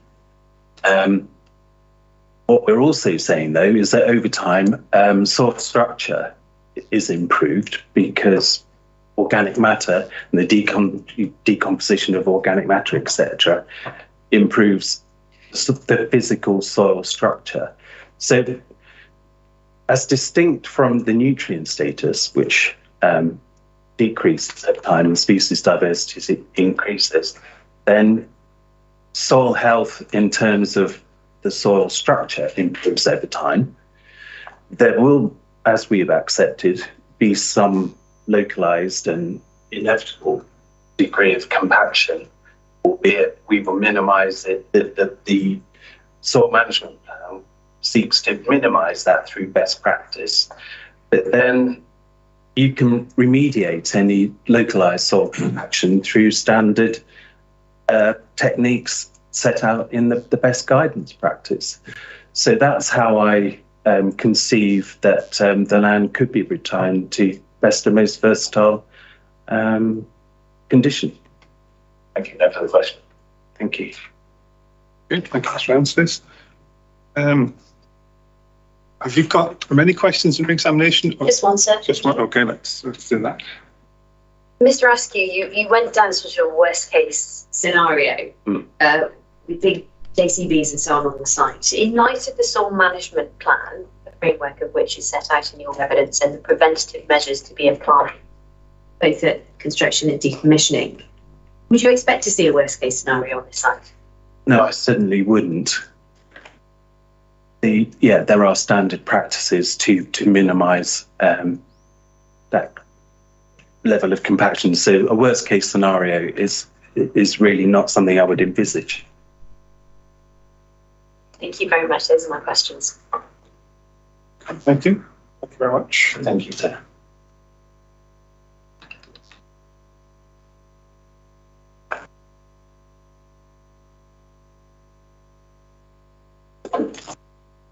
Okay, just coming up to 11 o'clock. I did say that we would, rather than taking lunch, just sort of break early, that we would press on. So I think we're entitled to perhaps a longer mid-morning journey. I'd like to try and get a coffee if possible. I gather there's one. There's a, yeah, Nearby. if you go across the main road, Shall we take a 20-minute journey? Everyone can think that. there's a bit of rush. Okay, just coming up to 11 and we'll resume at 20 past. Thank you.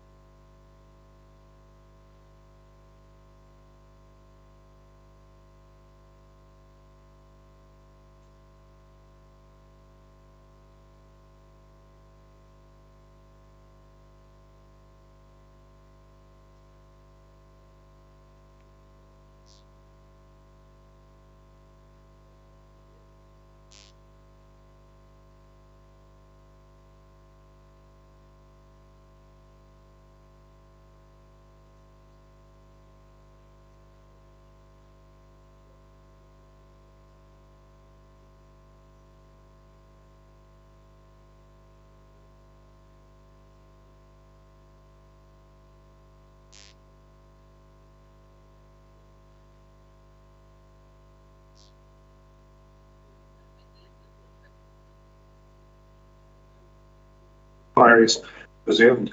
Just having a quick look at the timetable. Maybe that this mine needs to be updated, but just looking at what's ahead. Am I right in thinking, Mr. you will not be asking questions at all? Council's Won't be asking questions either of the councils. This will be about its head. That saves us 30 minutes next week. And just so I can get a feel for how parties feel we're progressing, we're now moving on to the evidence from Professor Fulford. Were we hoping to complete some more evidence today, or would we finish with Professor Fulford? I'll come to you first. So thank you. I think it really rather depends on where we get to. I would really like to get Miss Stoughton done today. I think that would be a good thing to aim for. Mr. Anstice says he has 30 minutes in examination in chief. That's about right. That's good. I would hope I would be less than an hour. It depends how the professor answers the questions, but let's see about that. And then Mr. Stoughton, I think we can get through examination in chief relatively swiftly, I would hope. So at least perhaps get to the end of evidence in chief, if not. Just from myself, I want to do a bit of a journey in front of me, so yeah. Okay, in that case, Mr. Francis, would you sorry, forgive me, I'm interrupting the stage, but I'm a member of the public. Could I just make an observation, if possible? Or gets into his evidence. It's a very brief. My name is David Ruck, RUCK, and I live in Old Meadows, which is is a Grade 2 listed property sitting in the Pound Conservation Area to the north of the site. I understand it's been submitted that there are no important views from that area onto the site. Well, that simply just is not the case. And so I don't believe it's in your bundle, but there is a conservation area appraisal of Silchester, including the Pound, which was produced in 2004. Sorry, is this evidence before the inquiry? I don't believe it's in the core document list, but it is in the public domain. Are you wishing to submit that? I think, frankly, I believe so. You should read the whole thing. Well, it's not just for me, everybody said. Frankly, all legal representatives should as well. Yeah, but that means I would need to give them time to prepare if they feel they need to ask questions on that. Is that a document you're wanting to submit? I believe it should be in the bundle. Well, let me just get a view on that. If I come to you first, Ms. Osmond-Smith. Just to clarify the board, this is from a member of the public, not from the Russell Club.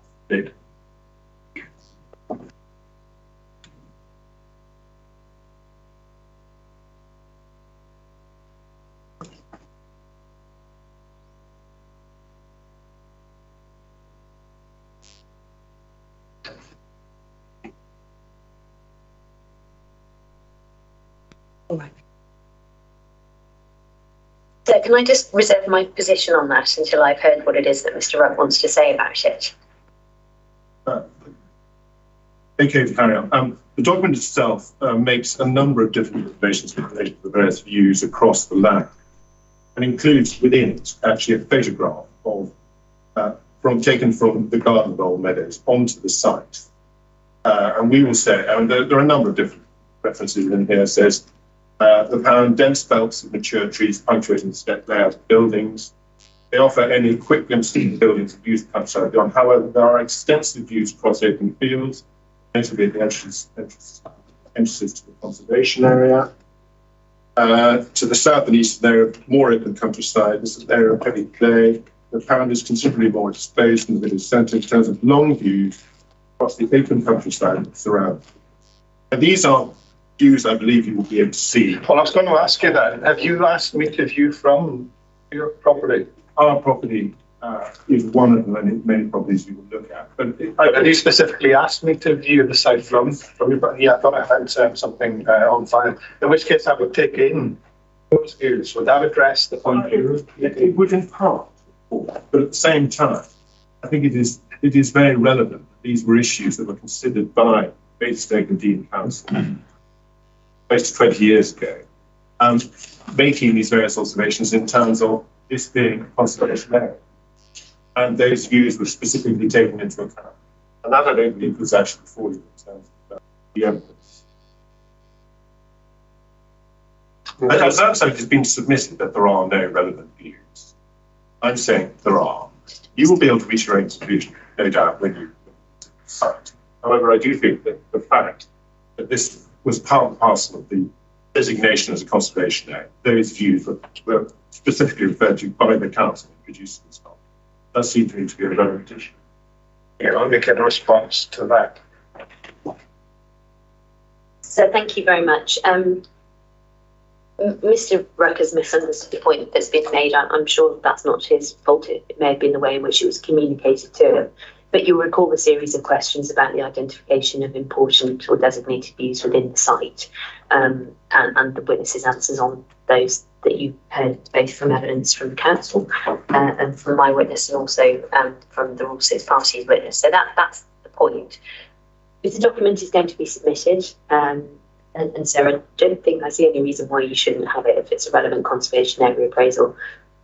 I don't resist that, but I would just like the opportunity to read it and digest it before I'm asked to do anything else with it. Okay, and those implications for I'll go forward today.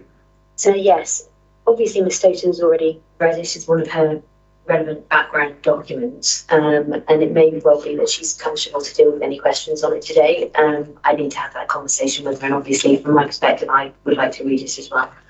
But I mean, I think if we can, we'll still press on. Okay. Is it a council document? So we can certainly get copies done. I've got it on the website very quick. So yeah, we can. So it's on the internet. Yeah. So if we make copies from the councils, yeah, we will. I think that's in hand. So we'll submit that, and you've written in to ask for me to view from your property. That's correct. I'll call. Yeah.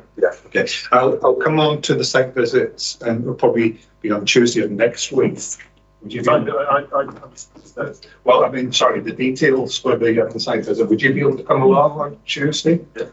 Okay. I'll definitely firm up the arrangements on Tuesday for the site visit. Okay. Thank you for that.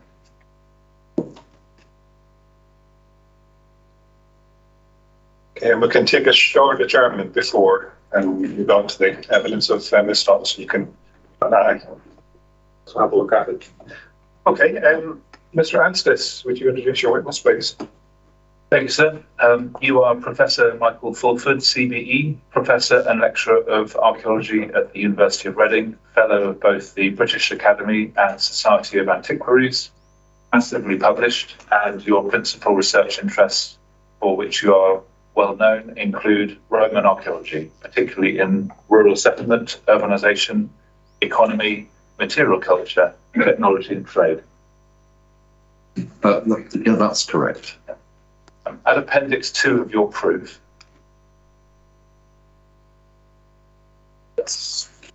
you set out the extensive research projects you have conducted in this very area since 1997. And which feature so heavily through the body of your published works.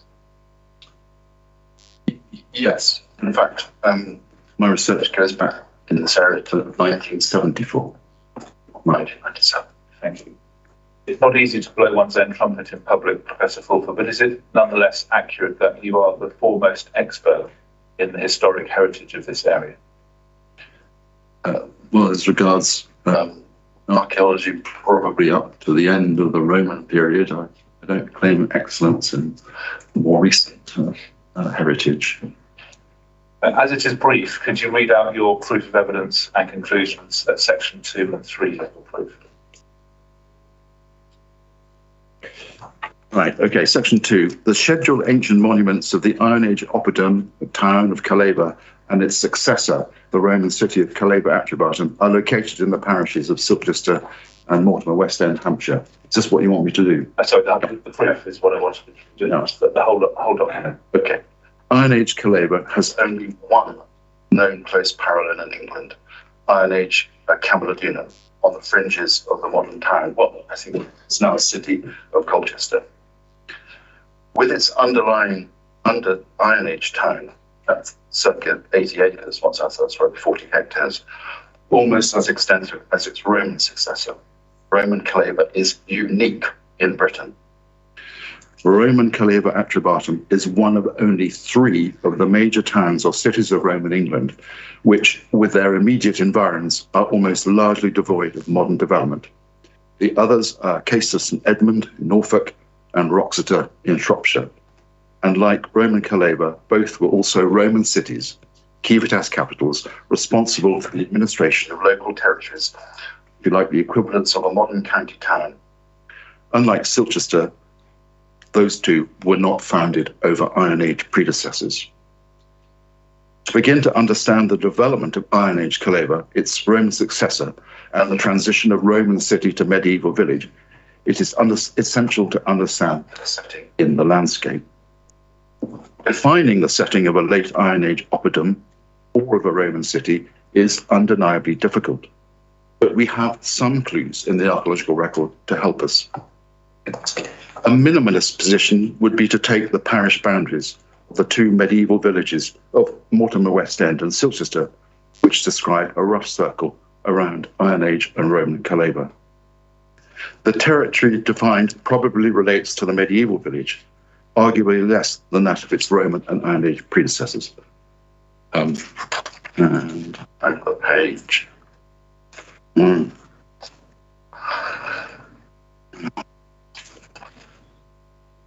However, Iron Age Calaber is linked to earthworks known as the Silchester Dykes, scheduled ancient monuments.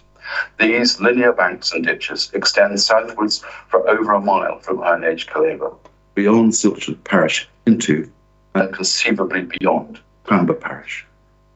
We do not yet know the purpose of these earthworks other than approximation of their Iron Age date and their point of origin at Calaber. The extent of the suburbs of Roman Calaber is unknown, but they also extend beyond the parish boundary of Silchester. For example, recent excavations at Little London in the parish of Pamba, almost 2 miles south of the south gate of the Roman city, have confirmed a major source of the brick and tile used in the city's early construction.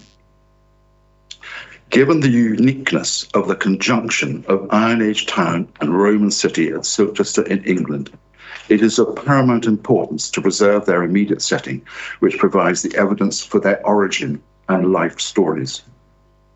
Evidence relating to both Iron Age and Roman Calaber indicates that the setting certainly extends south beyond the parish boundary of Silchester into the neighbouring parish of Pamba and, by extension, Bramley. The proposed solar farm development, across which geophysical survey has demonstrated the existence of ancient settlements, will remove for the foreseeable future a substantial area of the setting of Iron Age and Roman Calaber from the possibility of future research.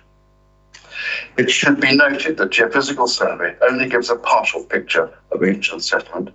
It is notoriously unreliable on clay soils, which dominate much of the land south of the Roman town. Recent research of a very preliminary nature has shown the enormous potential of the immediate hinterlands of Iron Age and Roman Calaber for enriching our knowledge and understanding of their character and development. We emphasise the uniqueness of Iron Age and Roman Calaber in England's history and the vital importance of preserving from development their setting, the immediate hinterland, which extended up to 2 miles south of the centre of Silchester Parish. This landscape, with its fields, farms, woodland and mineral resources, supported the development and continued existence of this unique settlement. Thank you. And I understand the bundle behind you is missing the proof of Gale's photo. But if I just go to one paragraph, I'll just read it for you. It's a paragraph 2.20. Have we got that? No, I'll just read it to you, so you don't need to refer to it. It says, as she says, I requested dialogue with Professor Fulford in order to further understand BSFRG's case and agree any possible common ground. But I understand that this request was refused by BSFRG. Did you at any point refuse to discuss this with the appellant expert? No approach was made to me at all. Turning to the statement of common ground that was prepared, archaeological statement of common ground between the appellant and the council, could I just ask you to turn to it and whether you agree with the matters that were agreed there. I'm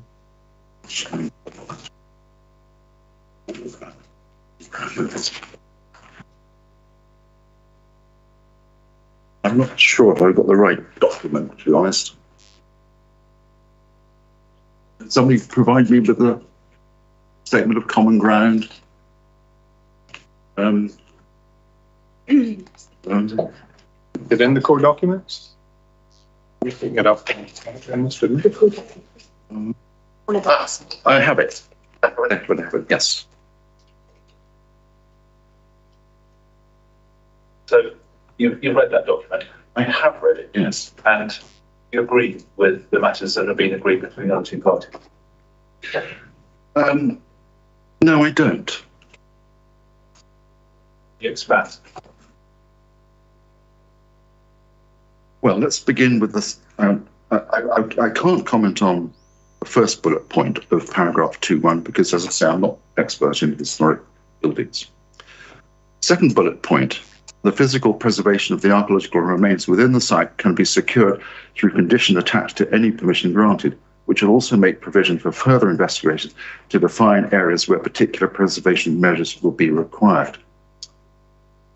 And I think just listening to the evidence of the previous ones gives me massive concern about the long-term preservation of whatever might be beneath the ground. And I want to come back to that issue that the surveys that have been conducted by the developer are of a very limited nature, so that essentially we don't really know what's there. But the impact that was being described by the previous witness and the way in which that could be remedied after 40 years, just supposing, gives me considerable concern. The proposal of possible disturbance of up to, I think I heard this, of 1 metre below the ground across the area of the solar panels can only potentially be destructive of the archaeology. So to mitigate that would require really extraordinarily extensive work, I would consider. But I mean, that's perhaps the thing which most struck me today. The third bullet point, the archaeological remains to the site are not of a significance commensurate with that of a scheduled monument. Well, one, we don't really know what's there because of the limited survey. And two, it's very difficult to assess the significance of a site which has never been investigated. And we're looking at sites detected by magnetometry, aerial photography, LiDAR. A class of a rural settlement where it's actually really difficult to define what is of significance without further investigation. And it's to my regret that historic England hasn't really grappled. It's not just an issue for Silchester and Bramley. It's an issue for the nation of how you determine sites of the sort. I forget which field. It's a little enclosure. One of the fields. How do you work out their significance without further investigation? And it's worth saying, I think, in this context, that of the limited amount of work that I've done in the environs of Silchester on sites of similar character, so one in the parish of at the edge of Mortimer West End, and another at Matchday Green, both have produced, I would say, finds of exceptional significance. Late Iron Age, high status sites. So what one conventionally thinks of with the Roman period, you think of Roman villas as being exceptional importance. For the later prehistoric period, we're dealing with sites which don't have masonry foundations and the like. These are slighter constructs. But yet in Matchday Green and to the east of Calaver, two high status sites, not very different from the sorts of things showing up from the survey that has been done. So potentially we have sites that are of schedulable significance. Does that make sense? Yes, thank you. Can we go to the proof of Mr. Wakefield?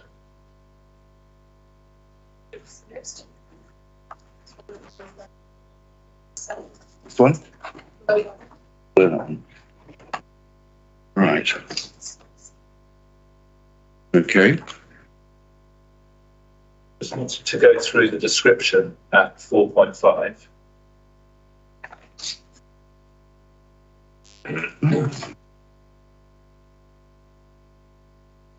Right. You don't need to read it out. We've seen it there. You've read it. Could you indicate what level of physical harm could be caused to any archaeological remains beneath those proposed works by each of those elements?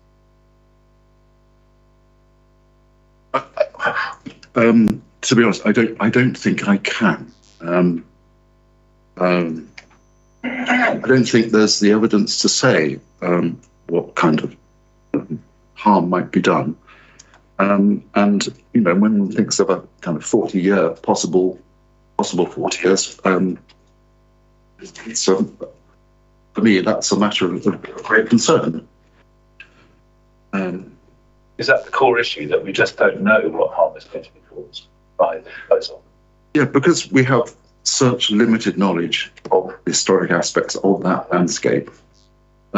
Yeah, we do not know what harm will be caused. And how could we know? What would be the only way of knowing? Well, I suppose there are some of the fields which are part of the development.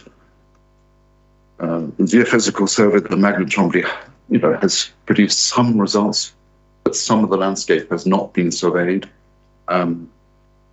Yet which field it is. Field 3 was not surveyed, and Field 2 has the contamination from modern manuring, which makes magnetometry useless in this regard. Can I just ask, in terms of the SMR for the area, has that turned up any finds through ploughing and farming activity? I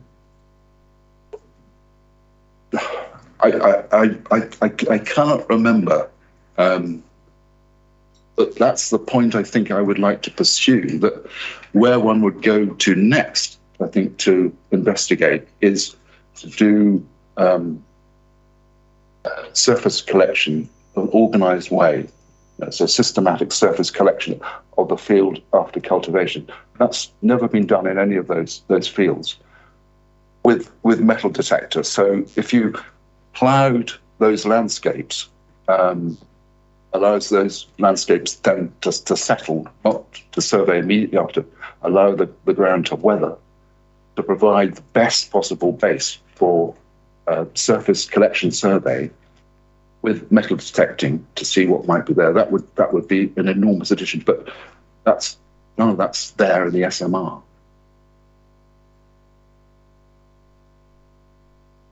Thank you. And you referred to it just now, but you heard the evidence of Mr. Askew on the methods proposed to deal with the accepted risk of compaction. We don't know what level that might be, don't know what remedies might be appropriate. But he did mention the use of a subsoiler and other equipment. What is your opinion on that specifically? Well, I mean, that could be potentially extraordinarily damaging, because the kind of archaeology that we're looking at, say of the later prehistoric period, is its features just cut into the surface of the subsoil. So if you go in to the subsoil systematically to recover the ground, then you are bound to damage the archaeology that might be there. Thank you. And could you describe the importance of this site in its wider context? Well, as I say, Iron Age Calaber is in some senses unique. Now, this is the beginning of the historic period of England, the first regal systems and so on, succeeded by a Roman town on top of it. And those communities draw on the immediate hinterland. And I think we can demonstrate that most visibly in the way in which, for example, the building materials of the Roman town were extracted from one source is in Tamber Parish, which is a little distant from Calaber. So naturally, but in order to understand, one, the central settlement, you also have to understand it's context. You know, how do the two come together? How does that, you know, why is there one of the largest Iron Age, late Iron Age sites? Why is it where it is? Why is it in that landscape? So to be able to connect the one with the other, so harm to one harms the other. That's, I think, that's my point. Thank you. Could we turn then to the proof of Mr. Massey? Yeah. 5.7.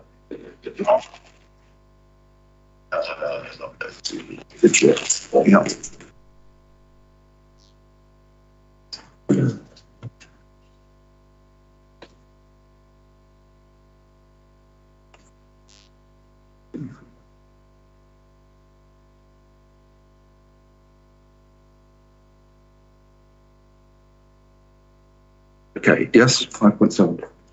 So has the appellant demonstrated a thorough understanding of the significance of the heritage asset and its setting? Well, in my opinion, not. I think I mean, I think there's been an emphasis on whether the area of the development is visible from the scheduled monument of Caleva. That seems to me to be beside the point, really, because it's how that landscape, which nourished the larger community, how that those two interacted, which is the significant point in terms of setting, it seems to me. Thank you. And is there enough of an understanding to inform on the potential impact of this proposed development?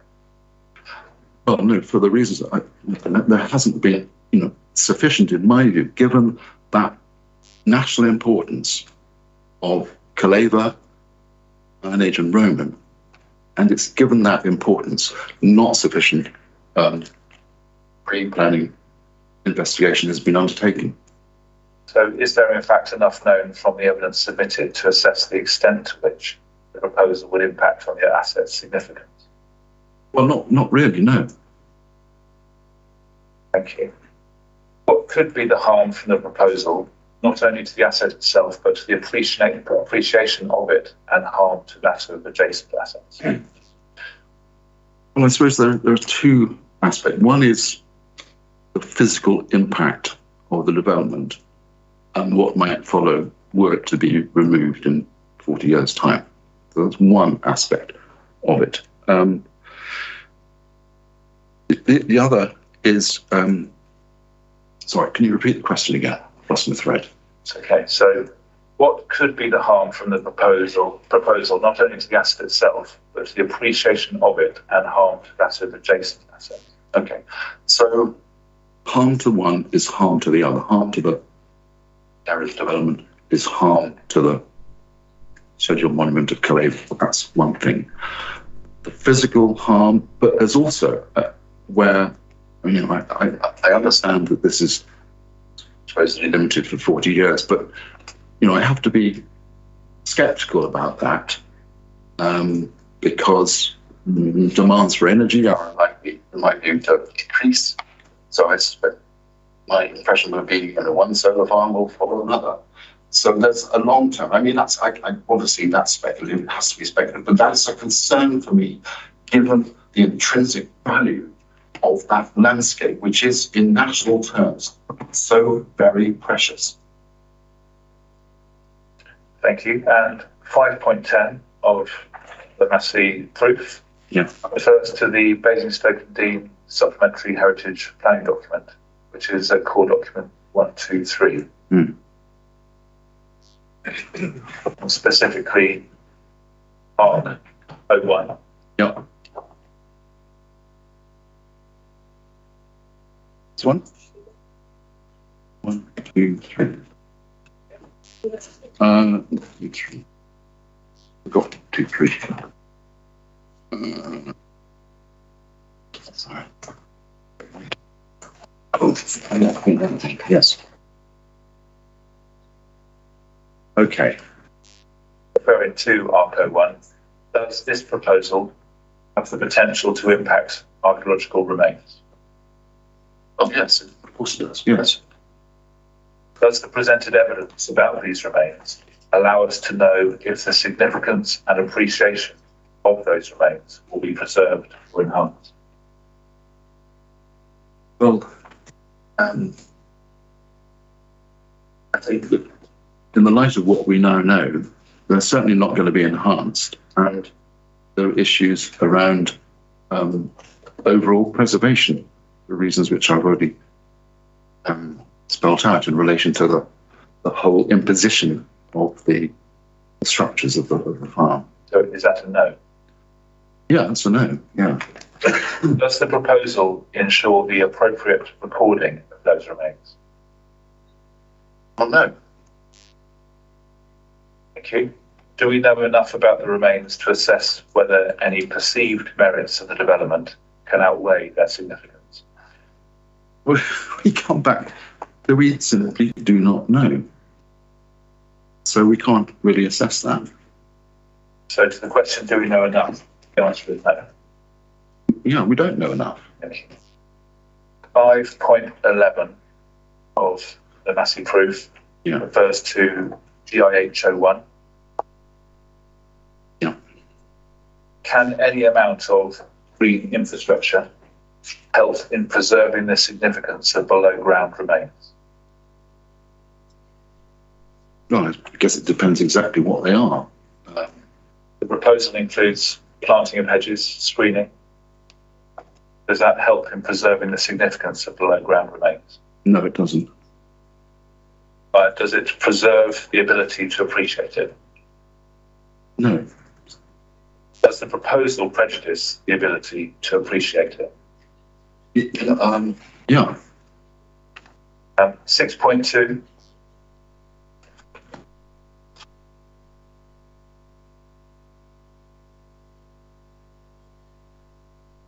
Yep. Is the appellant's assessment of archaeological potential for the site and understanding of its significance based on a partial and incomplete body of work? I would say so, yes. 6.3. Is it likely to be more extensive for most periods and more significant?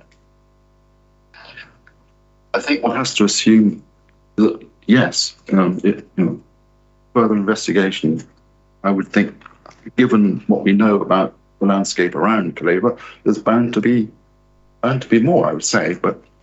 Sir, if I can, and sorry to interrupt again, but we're being treated again to another cross-examination or examination in chief based on the evidence of someone else. It would be really helpful, certainly for the way in which I've prepared, Sarah, and I think for you to hear what this witness's evidence is based on his proof of evidence and the two primary points that he raises. Because we're currently going through Mr. Massey's evidence, and he's not being called as a witness because there's agreement on that. There's agreement between the council and the appellants on that.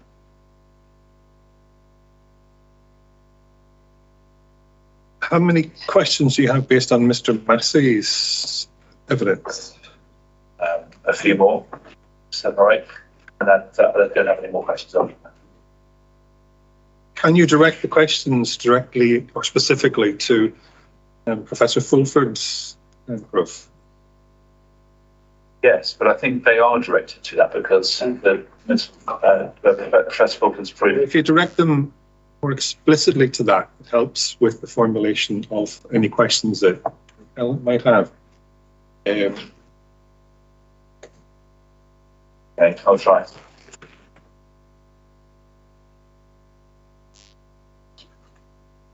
And can we get a 6.2? You're going back to Mr. Massey's Yes. proof. I have to refer to it in order to be able to Professor Fulford's proof. Let me hear the question. Is the appellant's assessment of archaeological potential for the site and understanding of its significance based on a partial and incomplete body of work? I think the principle, I don't need to refer to the other proof, I can just ask the questions direct. Perhaps that's the best way of doing it. Yeah, but direct the questions to this witness based on the evidence this witness is. Is it likely to be more, is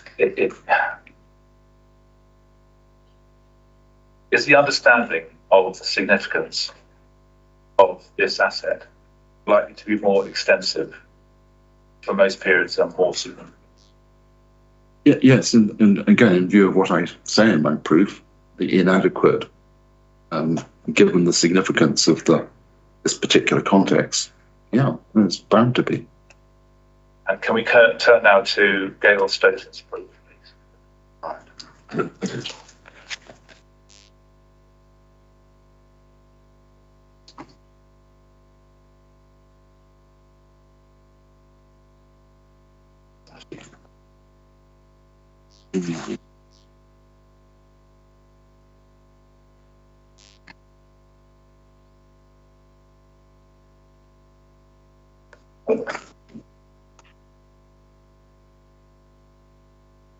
Yeah.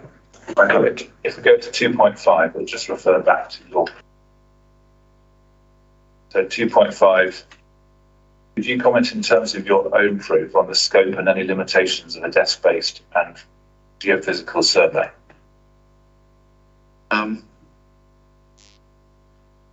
Well, the desk-based assessment was quite limited, actually. It didn't take account of some of the recent work done around Silchester and published in 2017 by Historic England, for example.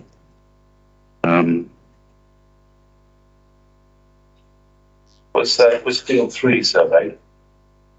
Field 3 was not surveyed, I think. And Field 2? Field 2 is the one with the contamination from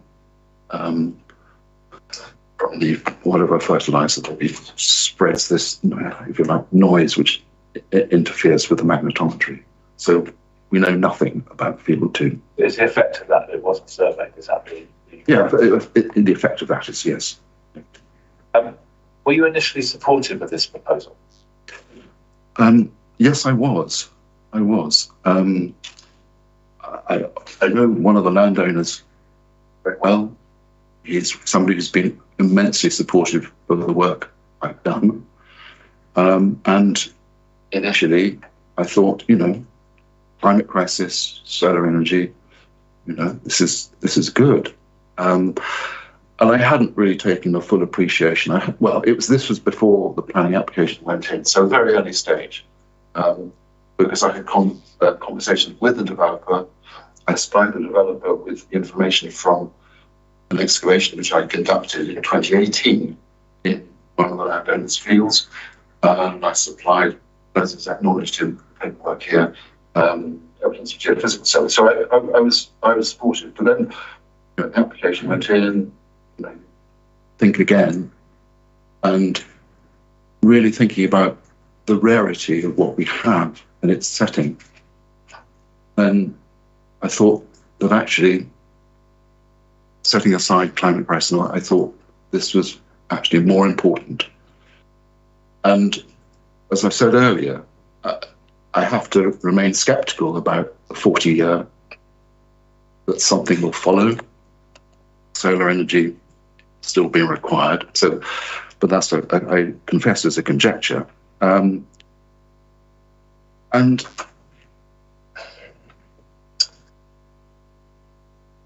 the other aspect is that if a development like this goes ahead, it does have, as we've seen again and again in developments within the English countryside, it attracts other development to it. Yeah, it can only be a speculation, but that has informed why, if you like, I changed from initial support to on answer consideration, having seen the heritage submission and having considered it, it's changed my mind. In terms of your own evidence, if we just refer to 2.6 of report I've had proof on the fifth bullet point, it seems to be contradiction then with your evidence. Do you share that conclusion? Defining the setting. Sorry, am I looking at the right? Yes, so the fifth bullet point. The fifth bullet point. Yes, I mean, you can't understand one without the other. The setting in the landscape, the farmers, whatever, part of the story of that central defined scheduled monument. And turning to her 2.19, Sorry, who? Stokeland, Stokeland's 2.19. That's the evidence you've given. Yeah. Yeah. Trying to read that paragraph.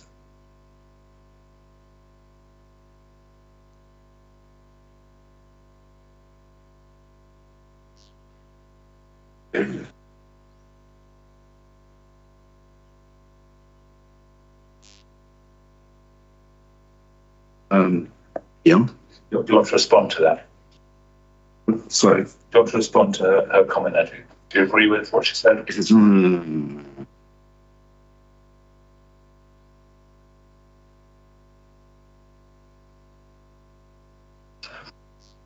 well, I mean, obviously access is one issue in terms of future research.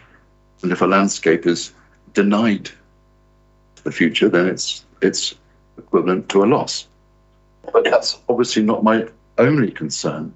I've said just now that you set that aside, there are sufficient concerns about the impact of the development on that landscape, which kind of override those considerations. But yes, I mean, for the foreseeable future, 80 hectares of landscape in the neighbourhood of this most important site are denied access to anyone's research.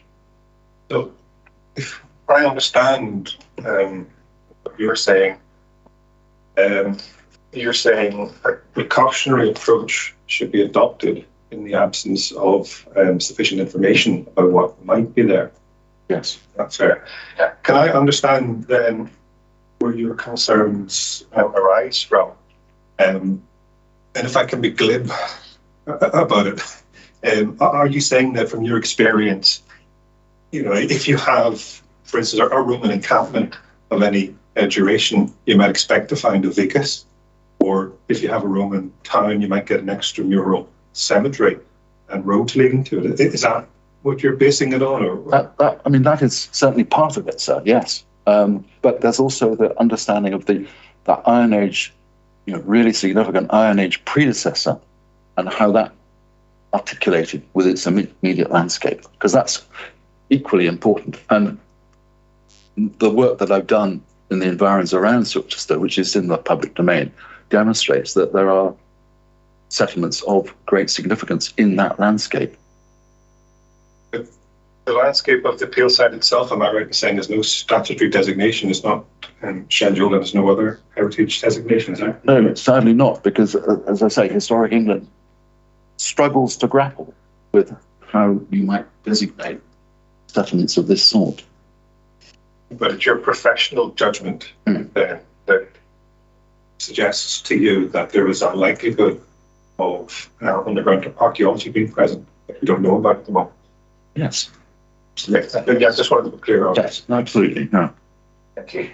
And just in terms of the harm to the surrounding area, to adjacent assets that may be discovered, if, for example, there was a discovery during a nearby development, perhaps that may not be adequately conditioned or protected or something, how would it harm this asset by having this prevented from access if something was discovered adjacent?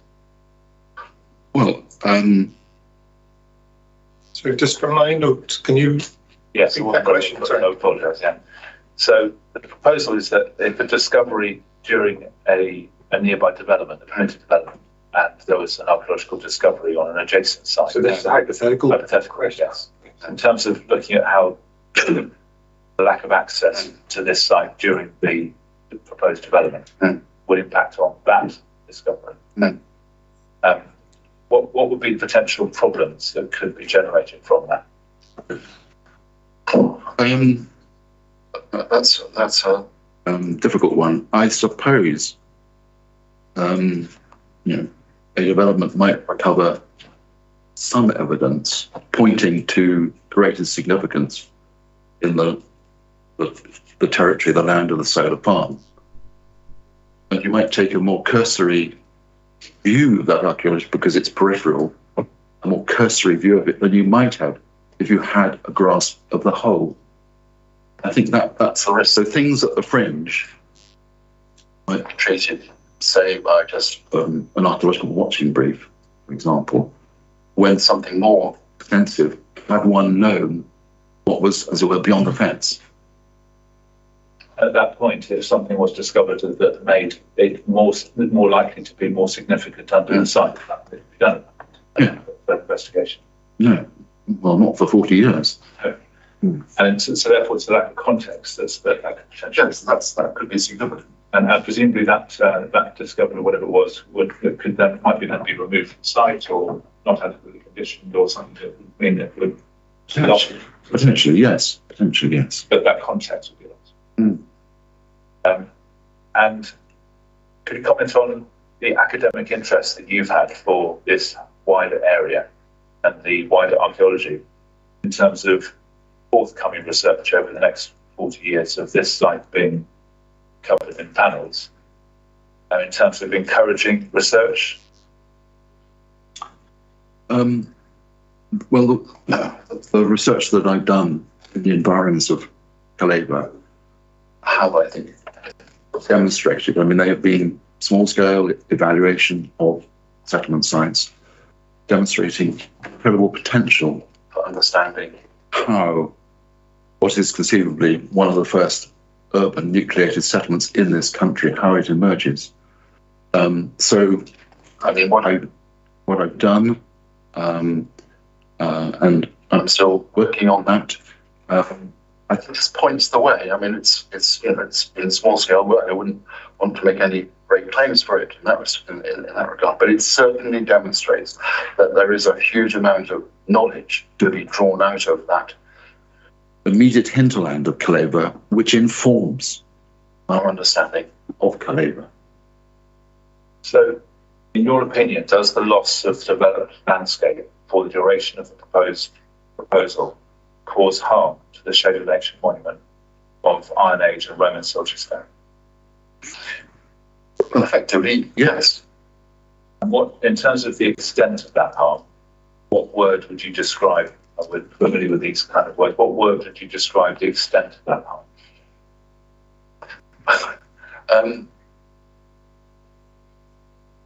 I'd like to say substantial, but I'm aware, again, from what we've heard this morning, that we don't actually know the extent to which there will be damage. We do not know the archaeology of that landscape sufficiently well. We do not know really the impact and how, after 40 years, the land will be recovered, what impact that will have on the underground, the below ground archaeology. So, so that's why I use substantial, I think. Thank you. No questions. Okay, thank you. We'll stand there, Professor, and I'll see if there are further questions for you. There will be questions, sorry.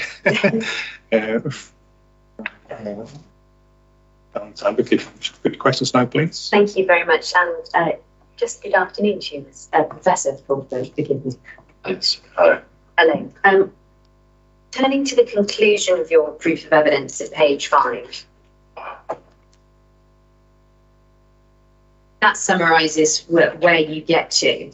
Inadequate investigation to date of the archaeology of the land to be affected with development means that we only have a partial view of what might be there, and I conclude the development will cause substantial harm to the landscape setting of a major and federal monument. That is your allegation of harm as expressed in your proof of evidence. Yes. Yes, and that's what I'm going to cross-examine you on. The points that you've raised for the first time in your evidence in chief this morning, I'm going to take instructions on in due course and put those to Ms. Stoughton. So I hope that you'll be around to hear her evidence a little bit later on. You said you were never approached by the appellant personally. Did Mr. Anstis inform you that the appellants had approached him to try and get in touch with you?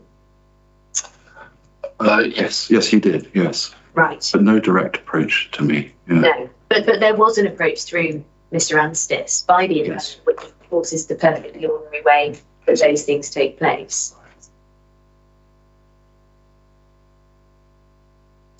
The conclusion of your evidence, as we've just seen, is that development of the appeal site for solar energy will lead to substantial harm to the landscape setting of a major and unique scheduled monument, by which you mean Caleva Atrabatum. Mm-hmm. On that basis, I want to explore the issue of harm and how that arises and the definition of substantial harm as we might understand it. Do you have a copy of the National Planning Policy Framework to hand? I do not. It is called Document 97. You have all of the core documents behind you, and hopefully on the spines you'll find that information. It's called Document 97. Again, I'm very grateful of them assisting.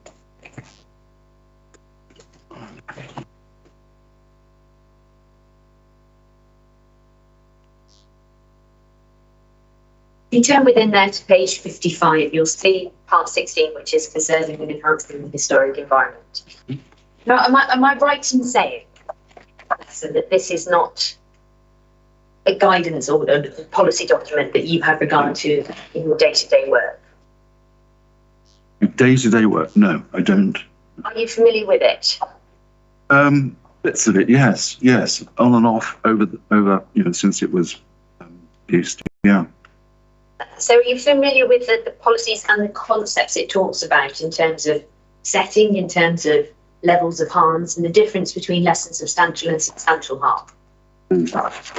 Are you familiar with all of that? Insofar as I can recollect, yeah. I'm also familiar with Historic England's guidance on setting. Well, I was curious about that because it's not something you refer to in your proof of evidence, is it? No, it isn't. No. Neither is the framework anything that you refer to in your proof of evidence. And of course, we know that when we're looking at setting, we have to identify the setting of a particular asset. We have to understand, crucially, what that setting contributes to the significance of the asset. Agreed? Yep. That has to be articulated so that we can understand how the change might impact the significance of an asset. Yes? Yeah. Because a setting can be changed through new development and have absolutely no harmful impact on the significance of a heritage asset, in which it's the setting of. That's right, isn't it? We don't equate change with harm. Well, it depends on the circumstance, doesn't it? Yeah. But it all stems from understanding precisely what the setting contributes to the significance of the asset. And we can agree that has to be articulated clearly for this inspector to understand whether any harm will arise. Agreed? Yes, I mean, there's issues around the use of the word precisely, because we're dealing with something which, as I've said in my evidence already, is pretty imprecise, and we're in a pretty large state of ignorance. Well, essentially, you're asking the inspector to find substantial harm as a result of a change in the setting of the heritage asset. And so the inspector needs to understand, first of all, whether or not the appeal site is indeed in the setting. And we have to look at the framework to understand what that means. And then the inspector has to understand very clearly, precisely, what that contributes to the significance of the asset and how that will be harmed. Do you understand? Yep. Yeah. So we have to be very clear about those concepts. Now turn within the paragraph, please, to 199, paragraph 199. And what that says, for those that don't have it in front of them, is when considering the impact of a proposed development on the significance of a designated heritage asset, great weight will be given to the asset's conservation. The more important the asset, the greater the weight should be. This is irrespective of whether any potential harm amounts to substantial harm, total loss, or less than substantial harm to its significance. So the focus of that paragraph and those which follow below is on understanding whether development would cause harm to heritage significance of designated and undesignated heritage assets. That's the exercise with which the framework is concerned and with which this inspector will have to grapple. But fundamentally, all of that feeds into the planning balance, and the inspector needs to understand whether he's dealing with a circumstance of less than substantial harm or substantial harm, because you appreciate there are different tests involved. And if there's less than substantial harm, then we can see from paragraph 202 that it's about weighing the public benefits against any harm that might be occasioned. And there is an agreement between the council and the appellant at a very small level of less than substantial harm. But in respect of substantial harm, that's a different test, isn't it?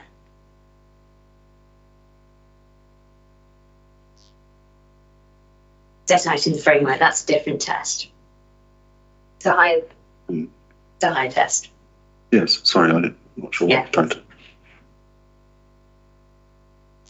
Now, you've had the opportunity to consider the common ground between the council and the appellant, and I think you have that close to hand. Can you take that up?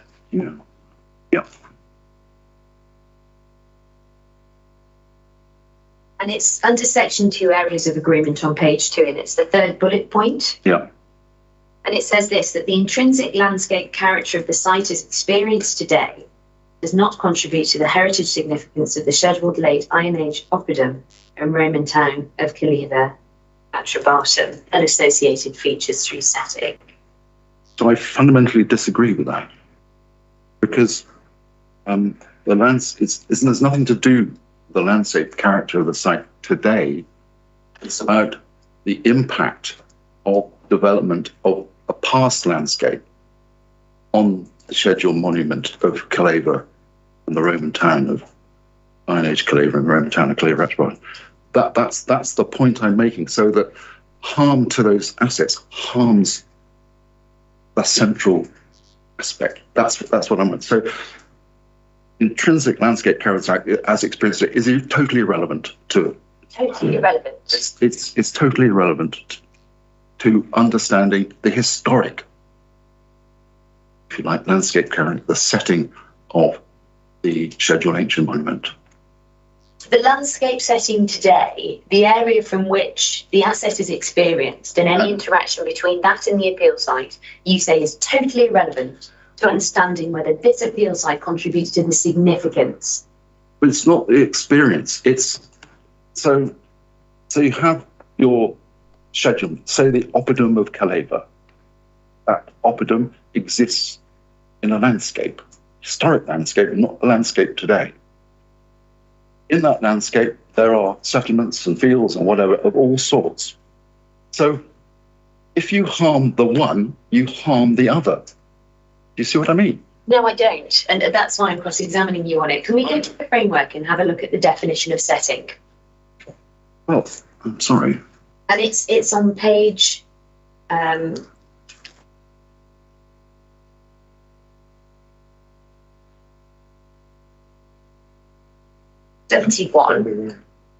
at the bottom.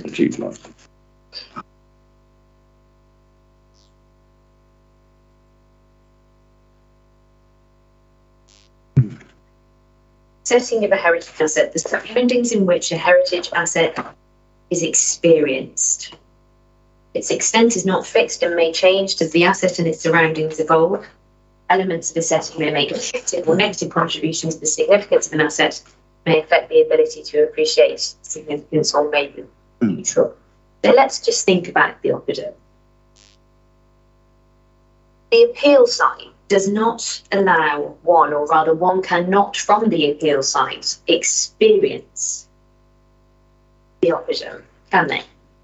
It's not experienced from the appeal site. But your experience... Yes or no? There's one experience sorry, on I'm not the going to give you a yes or no, because... Well, you can answer yes or no, but then qualify certainly what it is to explain. So it depends what you mean by experience, doesn't it? Does one experience the oppidum from the appeal site or not? If one had a better understanding of the landscape concern, yes. A better understanding of the landscape? What do you mean? So I can put it to Miss Stoughton. Well, I suppose I come back to the fundamental point is actually we don't know very much about the landscape of the proposed development. That's one of the sort of, if we knew more, we might be able to understand that experience in one and the other better. You said the landscape was irrelevant previously, so which is it? Do we need to better understand the landscape, or do we regard the landscape as irrelevant? It's the modern, it's the issue of the modern experience of landscape, which I take issue with in terms of how our knowledge of one informs our knowledge of the other. That's, and where is our definition? Yeah. So we don't, if you like, we don't know enough about the landscape character of the immediate environs of our key site, I suppose, really to make a judgment on that at all. I mean, we're dealing with landscape. We use our eyes, we perceive the landscape, we understand the landscape. Point I'm trying to make, and I hadn't expected. Point I'm trying to make is not just about eyes and the visual side. It's about the knowledge, if you like, encapsulated within the scheduled monument and the potential knowledge of the settlement and land use of the immediate environs, which would include the area of the proposed development. That's what I'm trying to get at, as the experience, if you like. And that seems to me the critical thing. So the fact you can't actually see a farm from Caleva or Caleva, that seems to me to be kind of irrelevant, really. This is where the harm comes. It comes in the loss of potential evidence that will help us understand how this very significant site emerges out of the landscape in the way it did. So it's you say it's the loss of potential evidence. So it's that potential, the loss of evidence through the archaeology on site, that you're really linking with understanding Caleva at Trebarton. The archaeology at the moment is not experienced on site, is it? If you're right and we don't know what's there, it's not experienced, is it?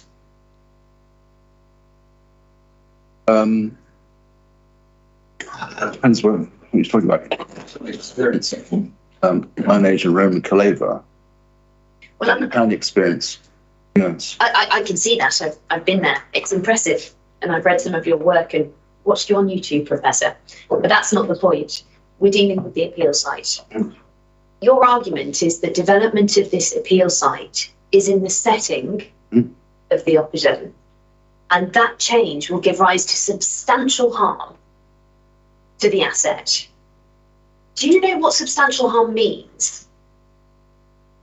I don't have the definition to hand, but I'd like to qualify it by drawing again back to the significance of the scheduled monument. And so the way I see it is that it's of national importance, extreme national, it's of a very rare type, unique. So scheduled monuments are not ranked. There's just one blanket. So, Bronze Age Round Barrow has the same statutory control as a red town. So, in my judgment, that's really important. Then, again, in my judgment, if you lose or potentially lose what's in the environment that contributes to knowledge and experience of the one and the other, then that, to me, is substantial. Is it fair to say, if I kind of cut through this, that your position is that if it was known that the appeal site was completely sterile as far as archaeology is concerned, that you wouldn't have any concerns in terms of setting on Caleva? If it was demonstrated to be completely, well, yes, it was. That would be your point. That yes. It's known. What you're saying is, well, in your expert opinion, there was a lack, or there was a potential that there might be underground archaeology, might be associated with Caleva or the Oppidum, and therefore you feel that brings it within the setting. So, in a sense, it's speculation on your part. It's expert speculation. Is that a fair Yeah, that's fair. Yes, I think you've grasped it very well, sir. Yes. Thank you very much, sir. That's helpful. Just going back to the last point you make, when you're determining the level of harm, don't take into account the level of significance of the asset. The two are very different and discrete issues, aren't they? Sorry, I'm not. Could you just repeat that? Yes. The level of significance, Yes. heritage significance Yeah. that an asset might possess is different and distinct to the level of harm that might be caused to it through a change in its setting or indeed a direct impact. Potentially. They're not potentially, they're two completely separate issues, aren't they? Yeah, I think so. Yes. I need to take you, please, if I can, to core document CD 158. Fine, mate.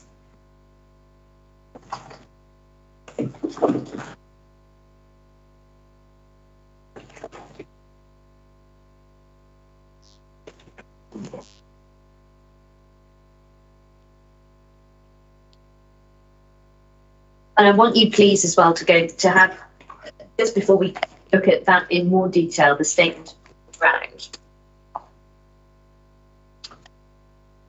Yeah. Document 158. It should be the Bedford Borough judgment of Mr. Justice J.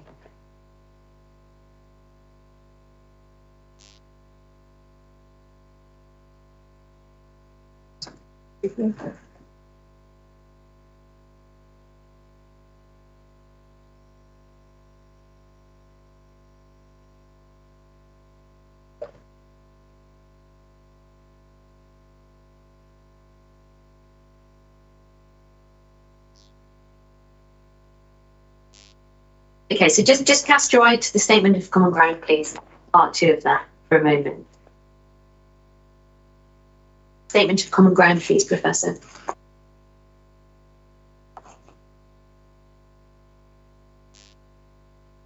Thank you for giving it out earlier. It's a statement of common ground and heritage between the council and the appellant. I think there was a copy. Yes, there was. Professor, you've got the judgment there. Just put that to one side for the moment. We're coming back there. I'm lost. That's exactly what I'm looking at. Professor, look at me. Pause. Yes. Statement of common ground. Do you have the statement of common ground between the council and the appellant? Yes. Yes. Yes. First there, please. Yep. Part 2. Yep. Second bullet point. Yep. Physical preservation of the archaeological remains within the site can be secured through condition attached to any permission granted, which will also make provision for further investigations to define areas where particular preservation measures will be required. Do you see that? I do. If that's right, your case falls away, doesn't it? If it's right, that's the big question, isn't it? Yes. It does. Thank you. That's That's helpful. right. Now let's deal with the concept of substantial harm, and that's in the case that is on your left-hand side, I hope, in the folder to your left-hand side. Can I just say, as I've already said, I do take issue with that, that paragraph. Yes. I mean, have you seen the condition that's proposed in respect of archaeology in this case? Yes. Yes. And it's The purpose of that condition is the physical preservation of the archaeological remains, isn't it? yes, if they can be identified. That's an issue that I have, but we don't really know because there's inadequate pre-development, search limited.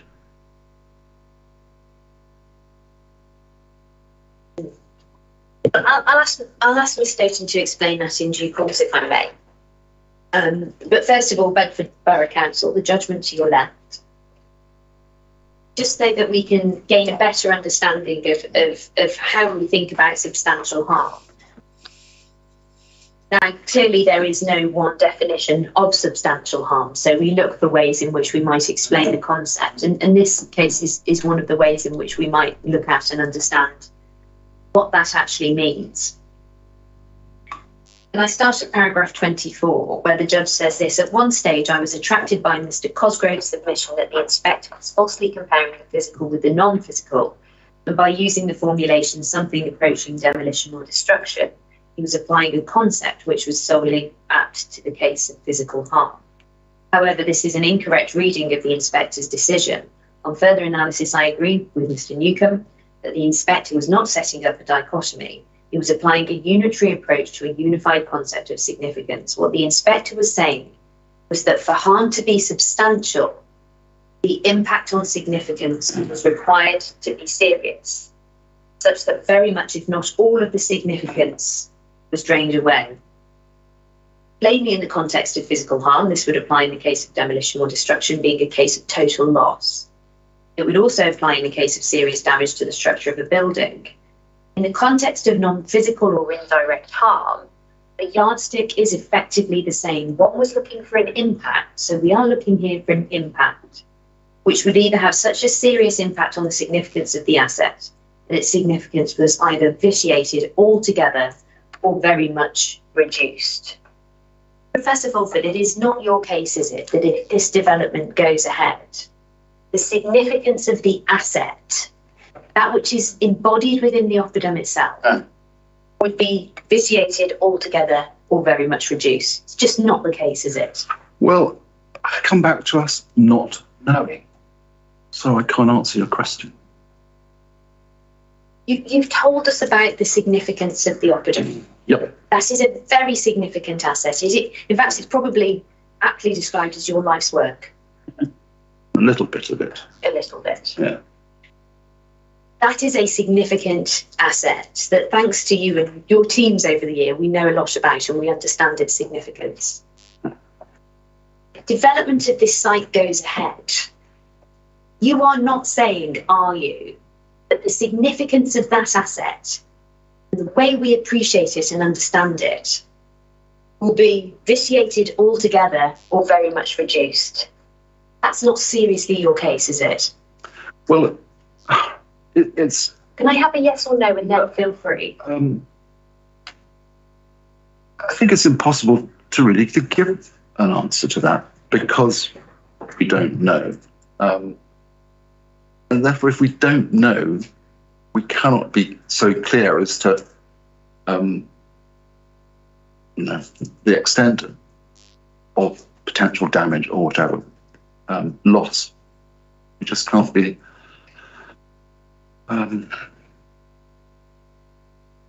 So we don't know really. So it's your case then that development of this type, and we go back to the inspector's point speculatively, if there were harm to the archaeology which the parties agree are not of a significance commensurate with that of a scheduled monument themselves, that even if you're right and there would be harm to some of the archaeology, which we don't accept, you're asking this inspector to find that that would cause substantial harm.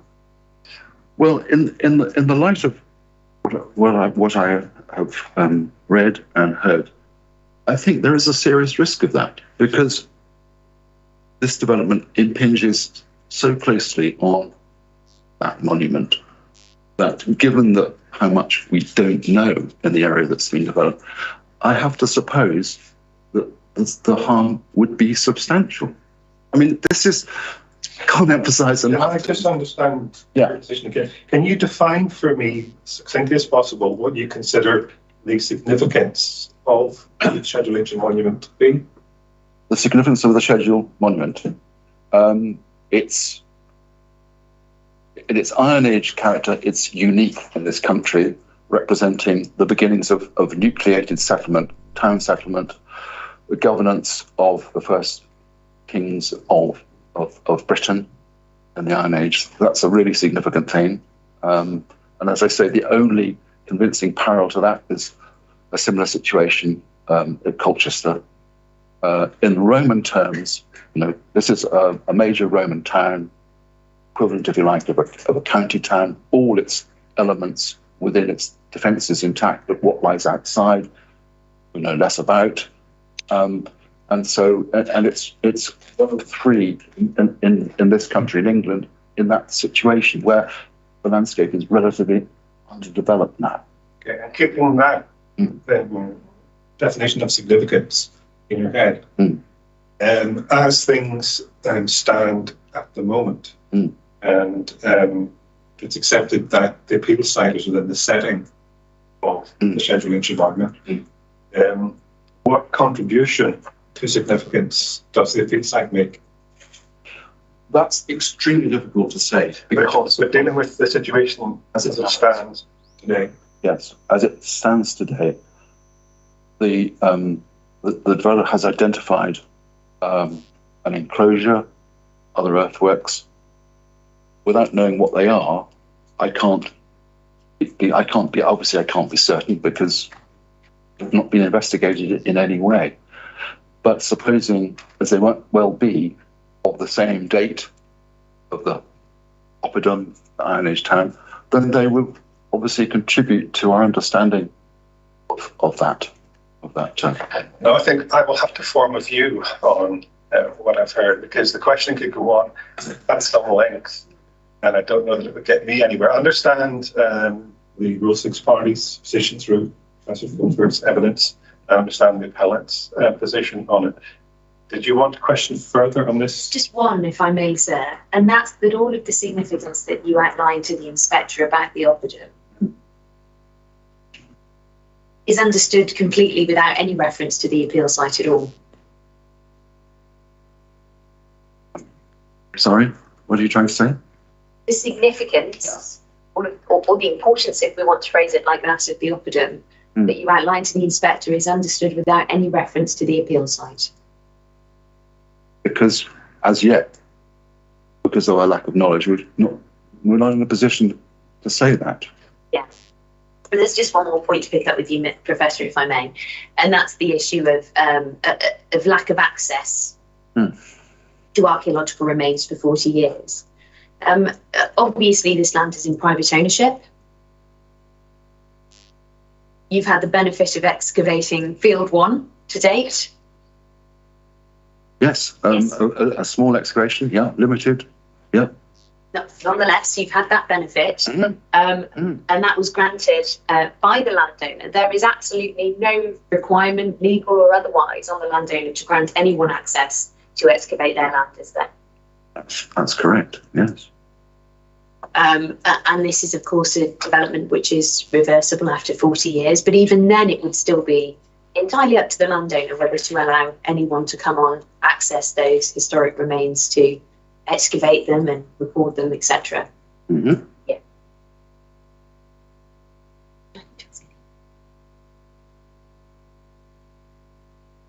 Can I just have one moment, please?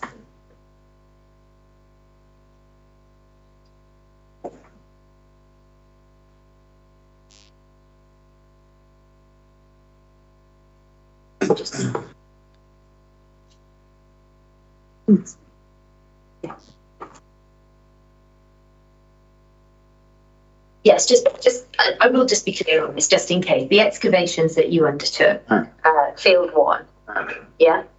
To the north of the site, thank you.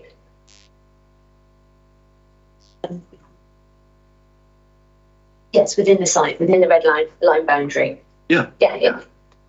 Thank you. There's a question. Francis, would you like your further questions, please? Thank you. Just on that last point, Field 1. You did do some investigation, but the inspector drew you to the principle that you might be speculating as to the chance of finding anything under the site.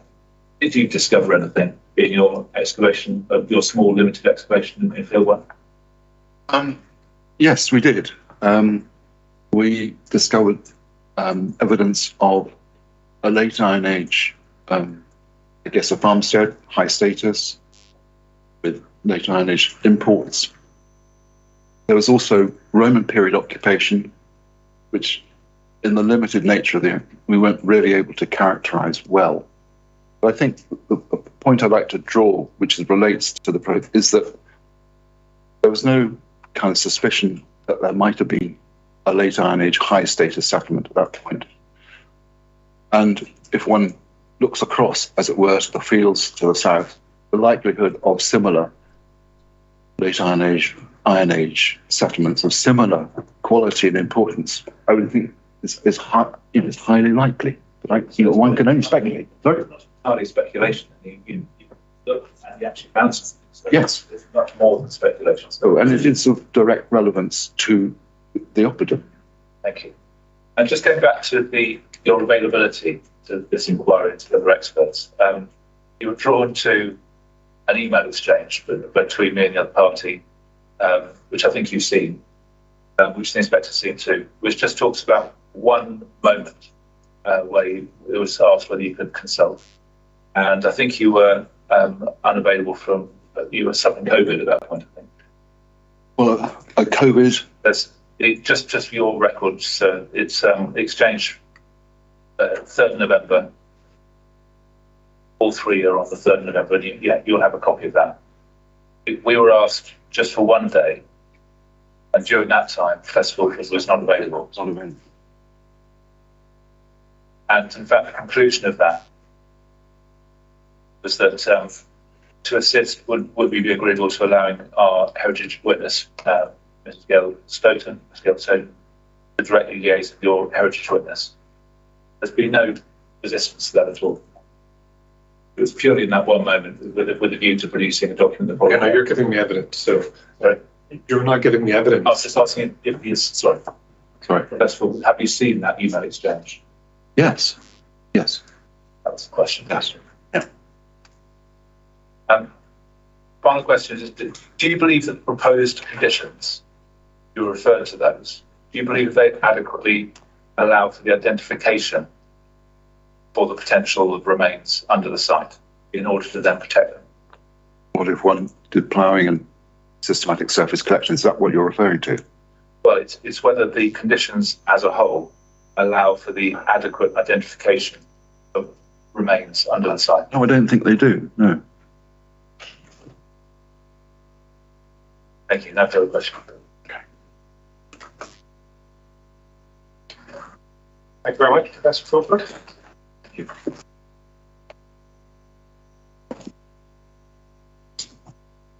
Yes.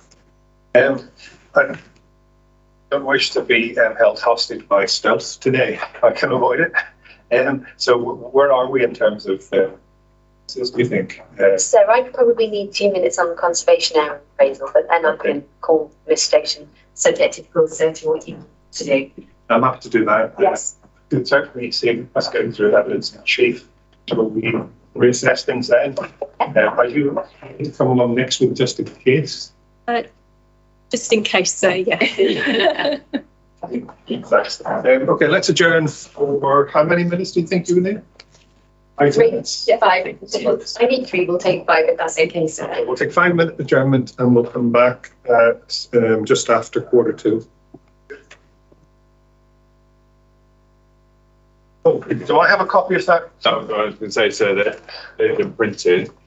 This gentleman's just checking with me that I've got the right things. So I'm going to check with you, we've all got the right thing, and then give them.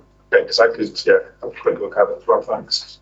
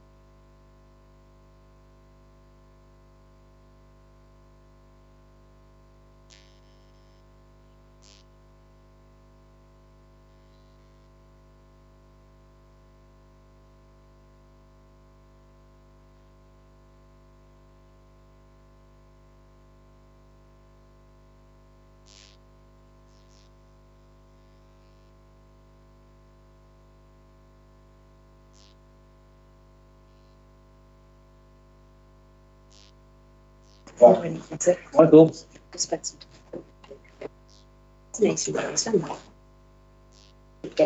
Pretty sheep.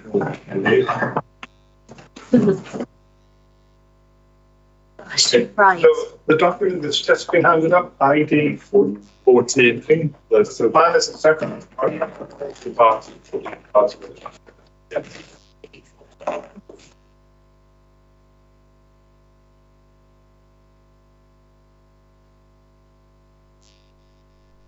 So just to explain that the plan is part of the large plan we have, but do with the whole thing. This is the different stuff. Which is the area. So Conditions. Strong effect, wish to improve.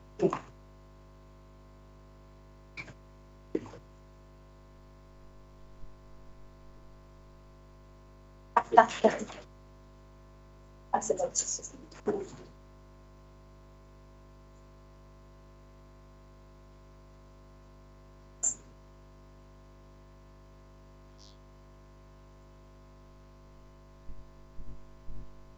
These are good. That's the latest. Okay, thank you so much.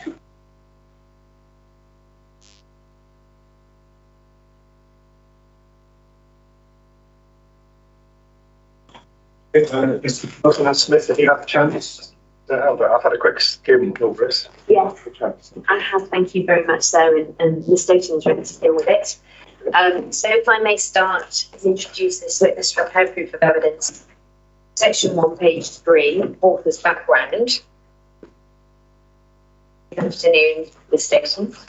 Good afternoon. You are Heritage Executive Director at Pegasus Planning Group. You're a member of the Chartered Institute for Archaeologists. You've been elected a Fellow of the Society of Antiquaries of London. You have a first-class honours degree in archaeology, and you've been a heritage professional for 22 years. And you tell us you're a trustee of the Painswick Rococo Gardens. 1.2, you say that you've acted as a heritage consultant on numerous large-scale developments in England and Wales on behalf of local planning authorities, developers and third parties. Day-to-day work is providing with advice to clients on heritage assessment and planning strategy. You manage survey work, including built heritage assessments and archaeological works, carried out by your company and subcontractors. Your role necessitates close liaison with heritage stakeholders such as Historic England and local authority heritage officers. 1.3, the assessment and setting of heritage assets is an area in which you have expertise. You've completed many specialist assessments of setting, including those for development within the vicinity of Warwick Castle and Park, the development proposed close to listed farm buildings at Silverend, Essex, and the construction of a cinema building in the conservation area in Cirencester, close to many listed buildings. 1.4, you explain your archaeological experience and your expertise in that in both urban and rural contexts. And 1.5, you say this: the evidence that you've prepared and provided for the appeal in this statement is true and has been prepared and is given in accordance with the guidance of your professional institution. You confirm that the opinions expressed are your true professional opinions. Is that all correct? That's all correct, yes. Thank you very much. Well, without further ado, sir, I don't propose from the station to read anything out. We're just going to dive straight into the issues that remain between the parties. First of all, can you just characterise where you and Dr. Massey have arrived at in respect of all matters heritage related? Certainly. So Dr. Massey and I have reached substantive common ground to the degree that there are no issues remaining between us that would be reasons for the withholding of planning permission. So we've agreed all key issues. We have agreed, well, first of all, with regards to the built heritage assets, which are listed, that there's a negligible, very low, most end of less than substantial harm. Now, with regards to the archaeology, we've agreed that the physical preservation can be secured through appropriate conditions. We've agreed those remains in the site not of a significance commensurate with the scheduled monument, and I'm sure we'll come back to that, but that is something which can be relied on. We've agreed that the intrinsic character of the site doesn't contribute to the heritage significance of the scheduled Oppidum and Roman town. And we've agreed that no harm would occur to other heritage assets. So we have agreed all key areas. Now, there are two key areas of disagreement, matters in dispute and statements of common ground. And what they are is as between the council and the appellant, is matters of accessibility of the below ground archaeology. And secondly, the work that was carried out to understand the significance of assets within the ground. So can I just have it by way of summary, really, why you've been able to reach agreement with the council that there wouldn't be any harm based on those two areas of disagreement? So with regards to the two areas of disagreement, they relate to the inaccessibility of the archaeological remains for the lifespan of the proposals. But the really key element of that is that we've agreed that this doesn't go to the significance of the asset. It's not going to cause any reduction in the significance of the asset, which is, of course, the key test articulated in the MPPF. So I've set out in my proof of evidence why I don't consider the lack of access to archaeological remains for a fixed period of time is harmful. And Sir, I'm sure you've read that in the proof. There is no issue of harm, reduction in significance. Indeed, the cessation of ploughing over that period will be beneficial to the archaeological remains, as again I've set out in my proof, and as is recognised by key guidance in terms of Natural England's stewardship regimes. They clearly recognise the cessation of ploughing is a benefit to the archaeological resource. So that's chapter 5 of your proof of evidence, beginning on page 13, where you set out those points. There's also a point as well there's two further points. One of them concerns the ability of future generations to understand remains better if they're left undisturbed. Yes, absolutely. So this is a principle that's well understood and accepted across the archaeological community. And that is the recognition that as methods of analysis and indeed excavation continue to develop through scientific analysis, through methods of recording being developed and refined, future generations will be able to get more from the excavation of the archaeological record than we can.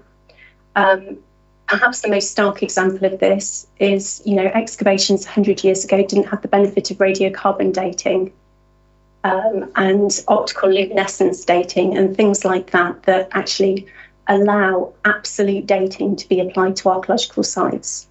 So we don't know where scientific analysis is going to go, but it's an accepted principle that analysis in the future will be able to get more from the archaeological record than we can today. And that's really key, because when you excavate archaeology, you inherently take away some of that potential to dig it again. You dig it once, and whilst you take away the finds from it, it inherently reduces the potential to get that information. So you have to take a precautionary principle, and that's why preservation in situ is actively encouraged in the guidance, as again I've set out in my proof of evidence. And if I can jump in at this point, forgive me if I'm treading on your toes, but what do you say to the concern that if Professor Fulford is correct in there, is archaeology on the appeal side, the Rule 6 party and interested parties might say, well, it's all very well to say that best to leave that undisturbed because future generations might have better techniques for understanding and interpreting that archaeology. But what if it's damaged in the interim by this very development. How would you address those concerns that there isn't enough knowledge of the site at the moment to enable the appellant to say, well, we'll make sure that what is there is left undisturbed?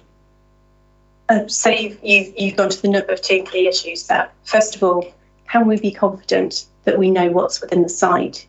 Secondly, as a sort of secondary part to that, will it be safeguarded through the conditions that we have? So first and foremost, can we be confident of what's within the site on the basis of the information that we have?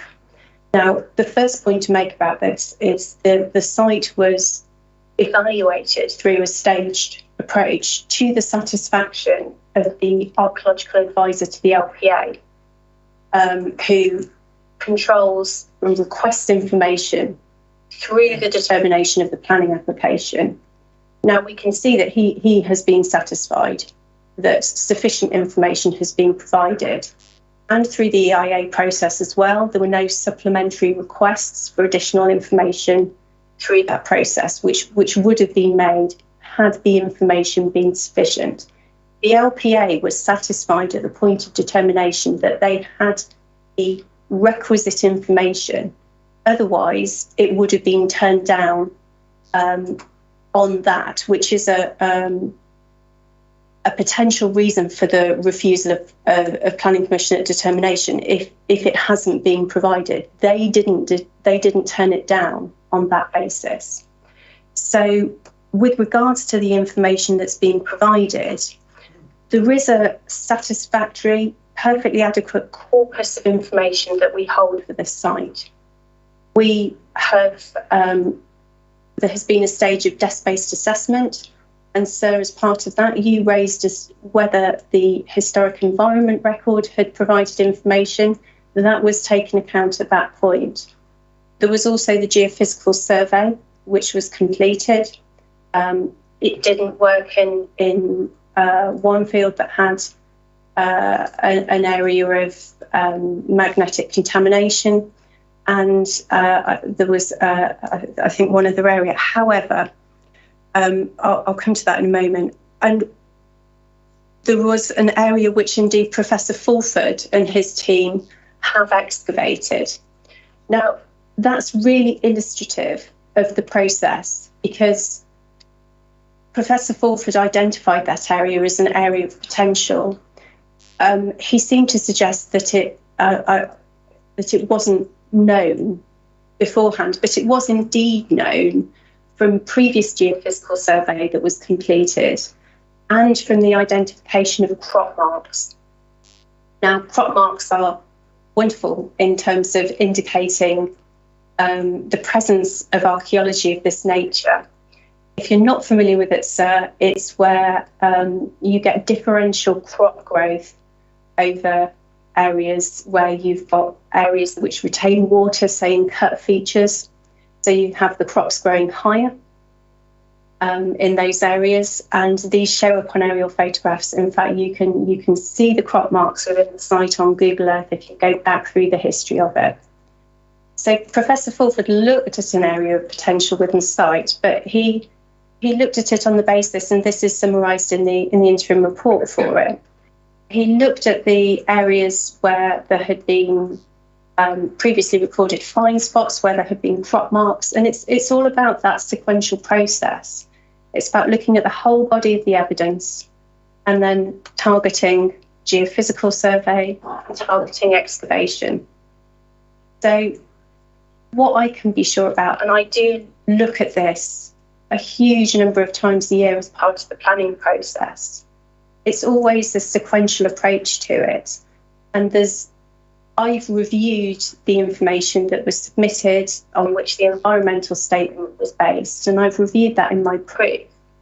And I don't see anything that is suggestive of archaeological remains of high significance within the rest of the site that have been missed. It's a sequential process, and it's provided a satisfactory basis for the determination of the planning application.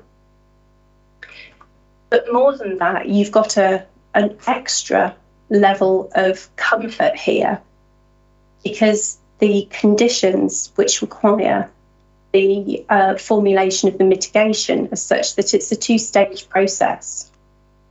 So there will be a period of further investigation to refine the mitigation proposals.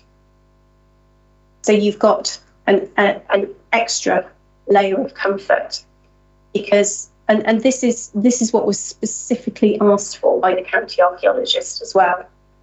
He wanted to see it done at this stage. He didn't ask for it prior to determination of the application, because it's to refine the mitigation proposals. So there will be further investigation. So we will be excavating more trenches,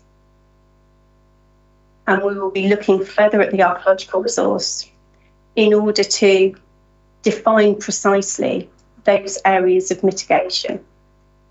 Now, it's not that we haven't looked into the significance of the archaeology previously, because we have. We've identified the area in Field 1, which has been mentioned several times. We've identified the anomaly in the geophysical survey, and we've identified remains associated with the enclosure in Bramley Frith Wood.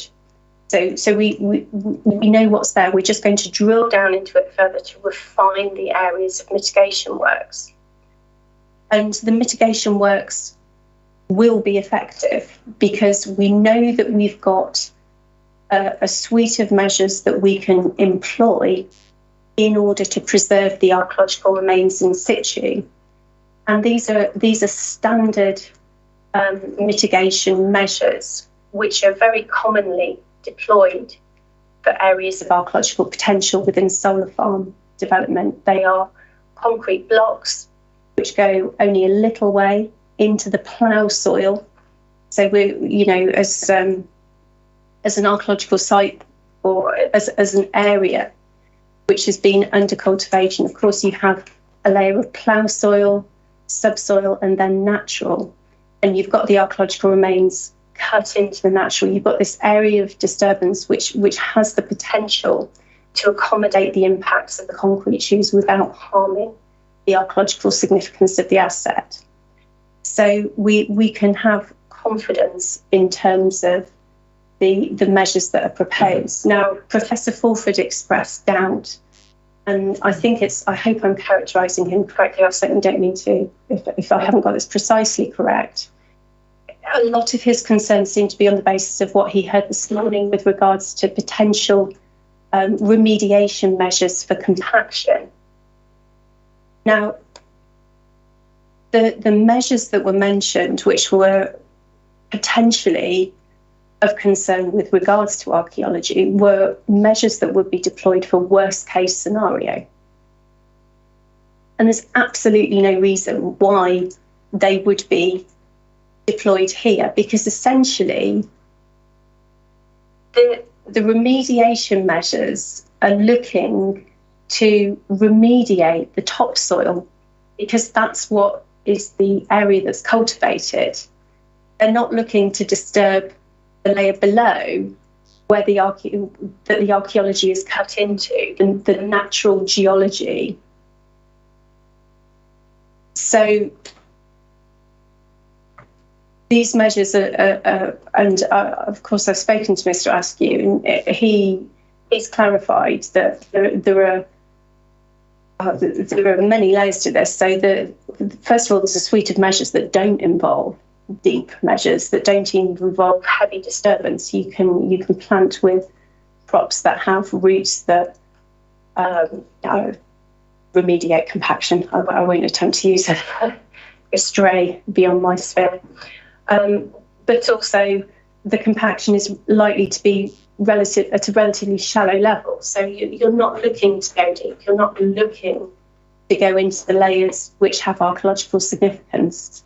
So I think that, combined with the fact that there are standard mitigation measures which can preserve the archaeology in situ, and there's no reason why remediation works need to disturb the archaeology, I think those in combination mean that we can be confident that harm won't occur to the archaeology. Does that answer your question, sir? Thank you very much. So we've sort of gone over a whole number of issues there.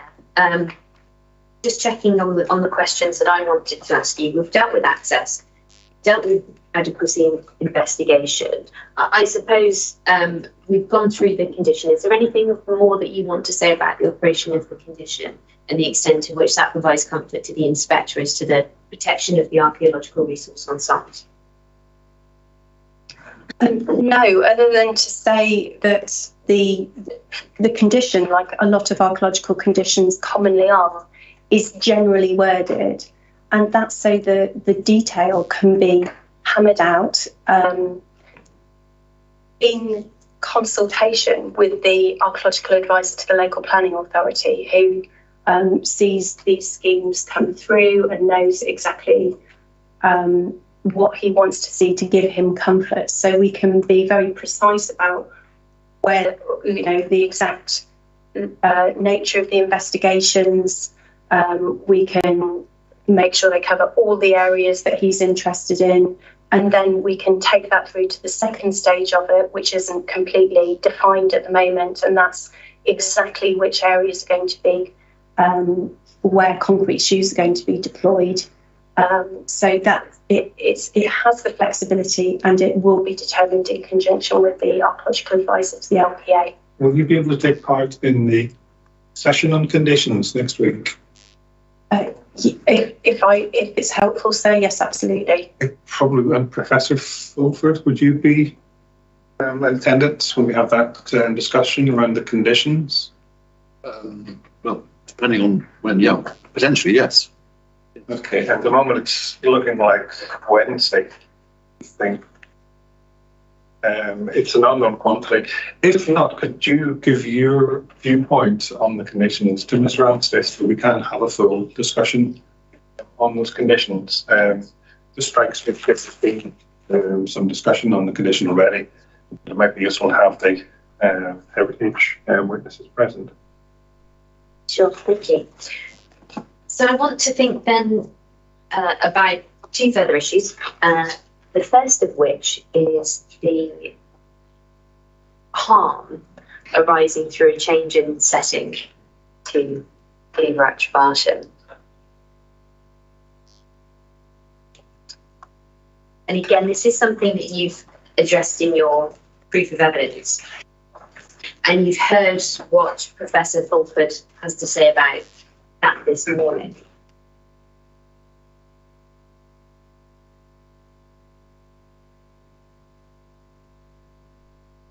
So it's chapter 7, page 21, for everyone's reference. But following on from what you've heard from Professor Fulford this morning, how you see this site, whether it falls in the setting to that monument, whether a change to it will give rise to any harm to the significance of that asset. So with regards to what Professor Fulford said, he was clear, he said it a couple of times, but with regards to the scheduled monument of Cleaver Attribatum, and with regards to the site, and I think specifically the archaeological potential within it, harm to one is harm to the other. Now, there are a couple of key points that I'd make with regards to that. First and foremost, I don't consider that the heritage significance of the archaeological remains will be adversely affected by the proposed development for the reasons that I've just set out. And secondly, in a way that sidelines that, setting is the surrounds in which the asset is experienced. So it does relate to the experience of the asset, and it is something which is understood at a personal level. It is to do with day-to-day experience, and the point is that there is nothing visible within the site that has historic illustrative value with regards to the significance of the scheduled monument. Now, that's really key, because harm is the reduction of significance. And the guidance is clear that heritage significance is made up of heritage interests. So the heritage interests can be that an asset holds is archaeological, historic illustrative, architectural, historic associative, etc. Now, in order for an area remote from that to contribute to the heritage significance of it, it has to do it in a way that relates to those values. And commonly, things in setting can have historic illustrative value. You can see something that illustrates the significance of the asset itself. So you might have an element in the landscape. So you may have, say, a barrow cemetery, and they have lines of indivisibility sometimes with other funerary monuments. You may have indivisibility, so a barrow remote from that could have illustrative value as to the core. The monument of Silchester Collaboratum has its significance, which Professor Fulford described. He spoke about the nucleated settlement. He spoke about the Roman town and its early origins. There's nothing within the site that you experience that has that illustrative value. There are archaeological remains in the site, but they're not part of your experience. You can have archaeological remains that are illustrative of a particular aspect. My example was the barrow that you can see in the Barrow Cemetery. It stretches a point beyond breaking point, in my view, to say that you have a site of a certain date and you have archaeological remains of a similar date in the wider vicinity. It's not those remains within the site. It's not your experience standing on the site that is illustrative of the significance of the asset. So change within the site, the construction of the solar farm, won't affect the significance of the core asset. And even if I'm wrong on that point, even if the below ground archaeological remains are somehow illustrative of it in your experience, which I don't consider to be the case, we're not harming them in any case. So I'm very clear that there will be no harm that occurs to the heritage significance of the monument through changes in setting. Well, let me just test that a bit further, just to refer to Professor Fulford and what he had to say. I'll be hypothetical on the examples I gave, but if a monastery in East Anglia had made a lot of money from wool trading and decided to erect a church, that church, a commanding presence, or that landscape would be designed to have that commanding presence, and therefore might have a wide setting. Professor Fulford said that the Iron Age settlement was high status. Would you feel that that equally would have a high degree of visibility, a planned high degree of visibility over its surrounding landscape, so that it's meant to have a commanding presence and be seen? No, because case law is clear that economic bases don't necessarily all contribute to the significance of an asset through setting. And in any case, the Iron Age settlement isn't visible in the landscape. You're not experiencing it as part of the setting. So it is archaeological remains that are present, but it's not part of the experience of the asset. You're not walking across it and understanding. You're not experiencing anything that's illustrative of the monastery in your example, because you're walking across an arable field.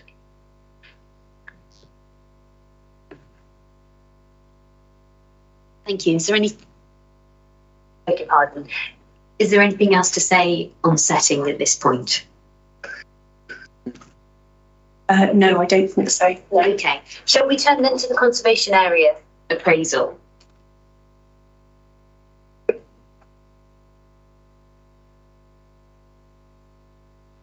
and the plan that we've had this morning, ID 14.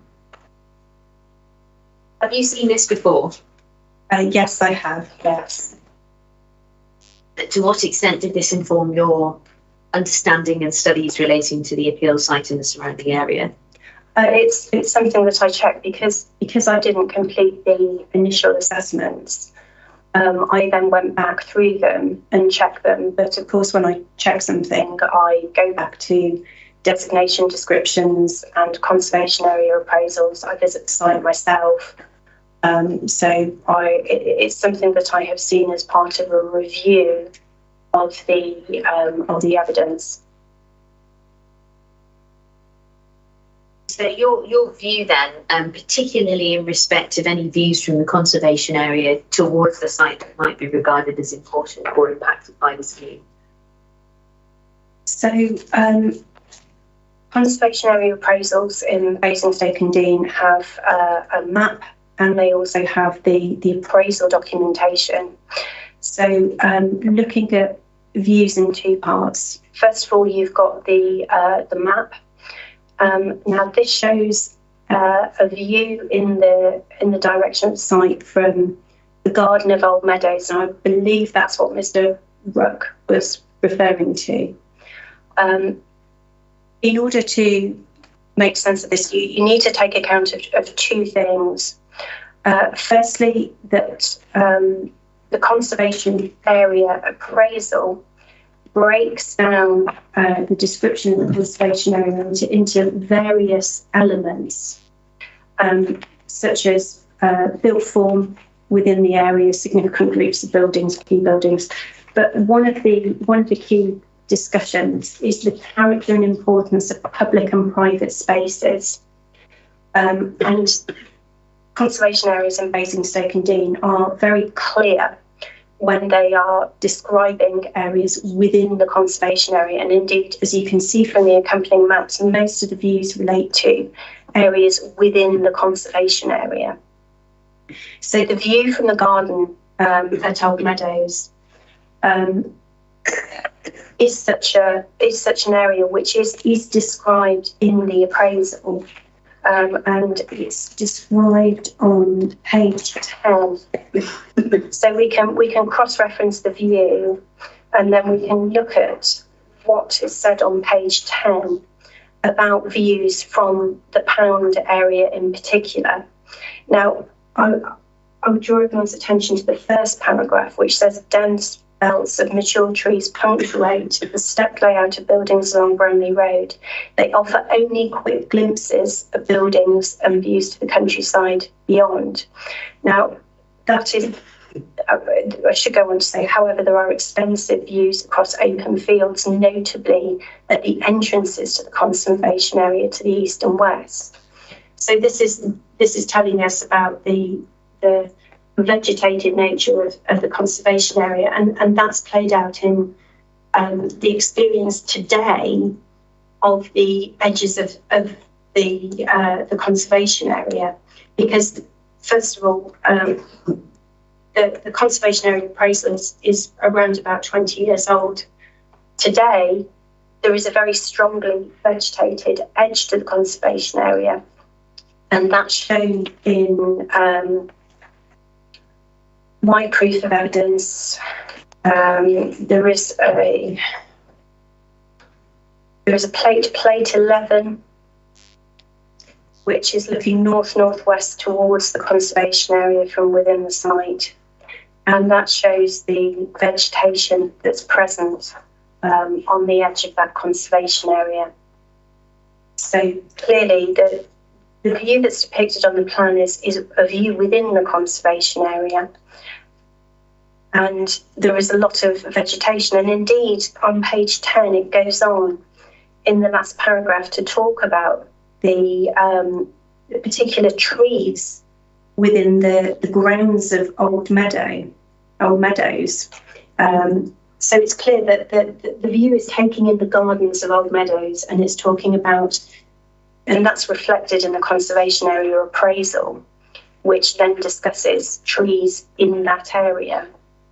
So this is something as a whole I took into account the conservation area appraisal and the map when I reviewed the assessment of setting significance and any harm that was presented in the environmental statement.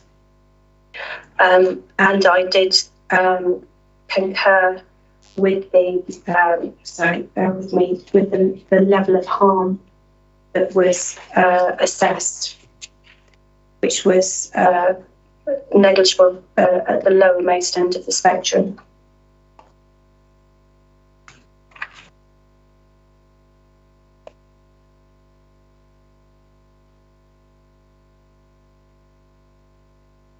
Thank you very much. Do you have anything else that you want to add at this stage? Just one very minor point, which was Professor Fulford suggested that Historic England don't grapple with the potential scheduling of rural settlement remains. Historic England have designation criteria which deal with that. They have a designation team whose job it is to review sites, including rural settlement sites. And this is a site that has not only been known through crop marks, but also excavated by Professor Fulford. And there is no suggestion that Historic England haven't designated it. I, in my day-to-day role, the level of significance that archaeological remains have and whether they're worthy of scheduling is something that I look at an awful lot. I've reviewed the data for that site and I don't consider that it is of a significance that would be commensurate with a scheduled monument. And that's agreed common ground with Dr. Massey, who had also reviewed the same information.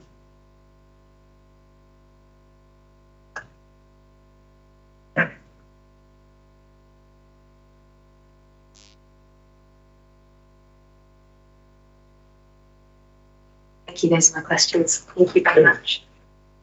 Sorry, I forgot to make a note of your name when you spoke earlier. David Ruck, UCK.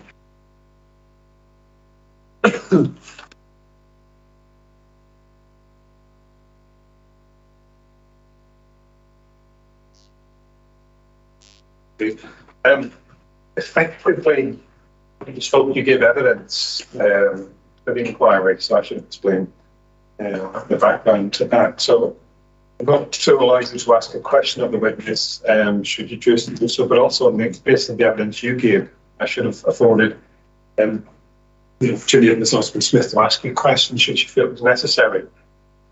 Did you want to, just before I come back to you, Mr. Rath, did you want to ask a quick question? No, I did this. Okay. Just have to give you that opportunity. In that case, Mr. Anstice, for your question. Thank you, sir. Can I ask at what point in this process you were instructed?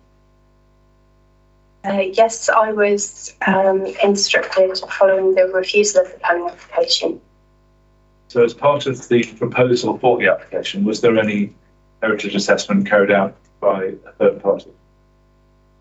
In the run-up to the application, yes. Yes, absolutely. There was the assessment carried out by Headland Archaeology, which is presented in the application documentation. And the review carried out by Headland, were they asked to look at a wider area or just this site? Well, they would have looked at, and indeed they did look at, a wider area. And did you look at a wider area? Yes. And what area did you review?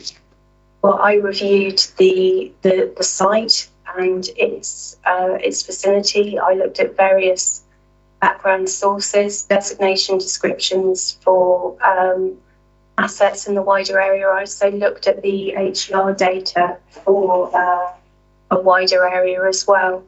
I couldn't give you a precise area in meters because I follow one thing from the other, and it's you look at whether you look at an area that feels proportionate to the area of consideration. So for you or the previous heritage consultant, did they, how wide was that area of cover? Did you go to 5 kilometres? Were you looking at other sites that could be developed? What was the brief in terms of? Oh, I think I may have misunderstood your question. Looking at other potential areas for development. Yes, if you've only been looking at, have you in the previous heritage club only looked at this site? Yes, yes. So you would therefore not asked to look at sites that outside a 5 kilometre radius? No. Okay. Can we turn to your proof at 2.5?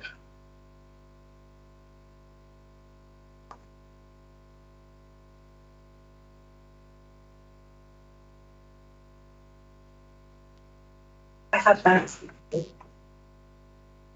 Do you recognise the limited scope of the surveys that were carried out? Well, any survey is going to have a limited scope. No survey is going to look at the entirety of the archaeological record. But I don't think the key here is whether it was proportionate. So I consider that it's proportionate. So if the question is if it wasn't proportionate, then I don't agree. And the question is, do you recognise the limited scope of the survey? So yes or no? Well, yes, any survey is limited because you're not going to look at the entirety of the archaeological record. It was a proportionate assessment. Thank you. And are those surveys, as they were carried out, are they enough to fully assess the significance of the below ground archaeology? They're enough to assess the significance of the archaeology, yes. Do you therefore know what remains might exist under the site? Yes, in order as a proportionate assessment. You can never know exactly what's present because that's the nature of archaeological investigation. It is a proportionate approach because you can never know exactly what's present unless you undertake open area excavation of the entire area and conduct post excavation on it for several months. That's not what is required by the MPPF. What's required is the. Well, I'll get the answer in. What's required by the MPPF is first of all a proportionate assessment that is sufficient to understand the impact. So you characterise the significance, and that's exactly what's being done here through a staged process. So we know that we have the rural settlement site which has been investigated by Professor Fulford. We know that there are 2 other enclosures. So we've characterised the remains, and the MPPF is clear that the assessment needs to be sufficient to understand the impact. Now, we've come forward with a strategy that means that we can have confidence that the significance of the archaeological remains won't be harmed by the development. So it is proportionate and appropriate. So you mentioned the word proportionate and appropriate, but the question was whether you know what remains might exist under the whole site. No, and nobody would at this point in the planning process. Thank you. Could we turn to Mr. Wakefield's proof, please? At 4.5. I will need to get a copy of that. We may not need to. It's really to examine the nature of the elements of the proposal.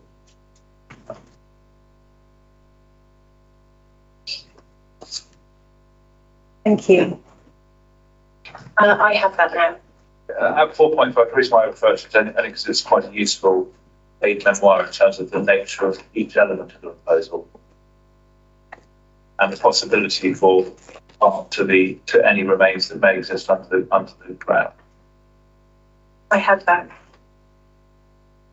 So, what harm could be caused to any below ground remains by any of those works?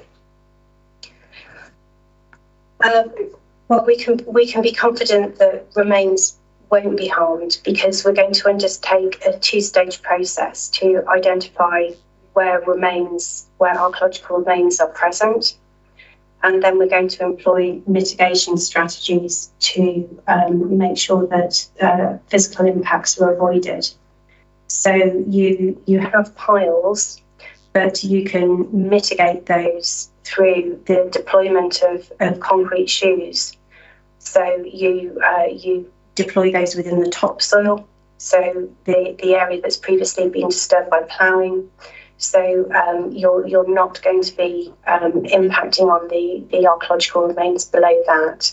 Similarly, with cable trenches, you can hang them from the panels themselves, so you can avoid those. You can put down membranes and then construct bases to construct the other elements. So this is something that we can be confident that we can avoid impacts. So just taking the deer fencing that's proposed, 7 kilometres of driven posts, let's run through how that will be covered. It will be covered through the archaeological evaluation, so that we will precisely be able to define the exact extent of areas of archaeological significance, and we will be able to make sure that the discrete impacts avoid archaeological remains. How will you make sure that 7 kilometres of fencing avoids archaeological remains? Well, you can characterise areas, and then if there are areas of potential conflict, you can deploy detailed mitigation strategies in those areas. I don't really understand those words, I'm afraid. I'm sorry, I'm in your panic sort of. But so okay. You're driving a fence post into the ground. But before that, you're characterising the areas, you're defining the areas of archaeological potential.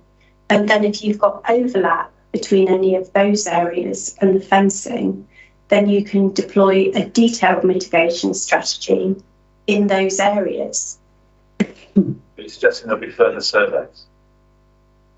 Yes, absolutely, because you have characterised the significance of the remains, and then you precisely define the extent of those through the further survey.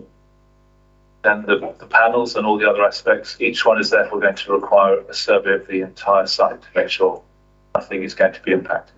No, that's not how these things are undertaken. You deploy sampling strategies, so archaeological trial trenches, and you use those. You do an initial sample, say 2% is common, following on from geophysical survey. So you excavate the trenches, you define areas, and then you use contingency to where you have an archaeological feature in an area. You then use contingency to sample and further refine the exact area that the archaeological site covers. Thank you. And isn't that the point that Professor Bulford set out in his concerns, that doing sampling or any of the measures that are proposed, both in respect to the potential for physical harm to the remains themselves under the proposed development, but also to the loss of appreciation, research possibilities, the heritage value of the wider landscape and setting. If the development proceeds in the manner you describe, how is that going to be protected? How will we know? We will know, because that's the whole way that archaeology is investigated and understood, as indeed Professor Fulford has put down sample trenches to look at the significance of the remains or understand the remains within Field 1. Archaeology is all about sampling. Even under full excavation, you excavate sections through ditches. We're not talking about taking away the entirety of the archaeological site. That's archaeological excavation. That's how you understand the record. You sample it. It's a process that you go through, and that's how the archaeological community grapples with it. That's just the approach. If the development proceeds and during its lifetime access to the underground remains is needed for research, how will that be achieved? Well, it won't be available for research, but I would say two things in response to that. First of all, the investigation of it has already provided information. So there've been excavations in Field 1. Now that's the area that's been targeted. That's the area of significance that's been characterised. The other areas have been characterised through looking at the background information. They'll be precisely defined as well through the two-stage condition. So there will be a corpus of further information that comes through from that. And secondly, the bigger point is that there is no right to access archaeological sites for their investigation. It's not a requirement in policy and guidance. I don't think you need to refer to it, but in Mr. Massey's proof at 5.10, he refers to the Council of SHPD at core document 123, which has ARC 01. Are you familiar with ARC 01? Sorry, can I have that reference again, please, to Mr. Massey's proof? Just give me a moment to get there. Yeah, it's Mr. Massey's proof at 5.10. You're doing about a doctorate. Yeah. Sorry, Dr. Massey.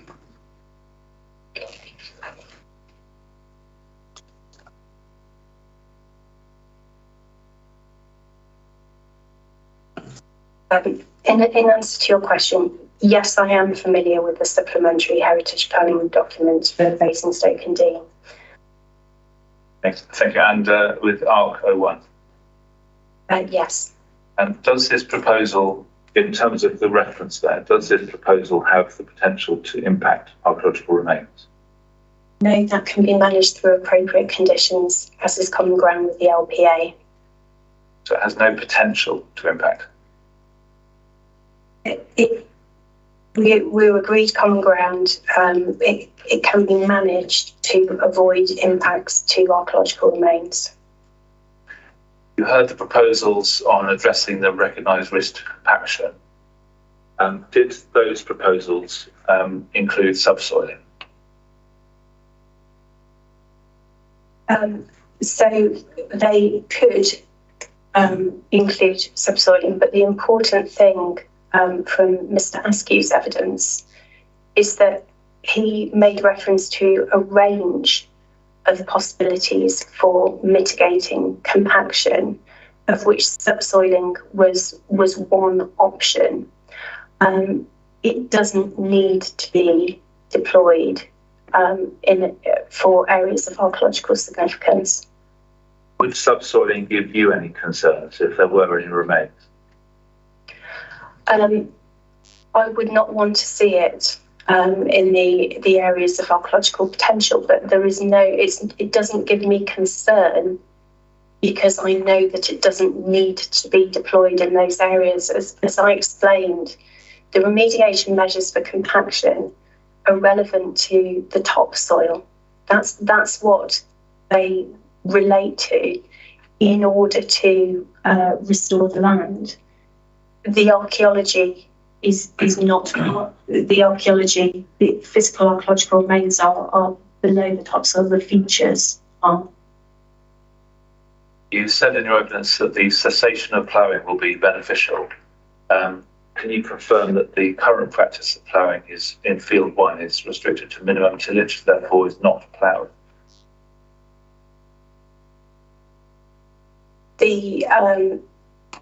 If it is, then I don't know what the ongoing proposed regime is for that agricultural land if the development doesn't go ahead.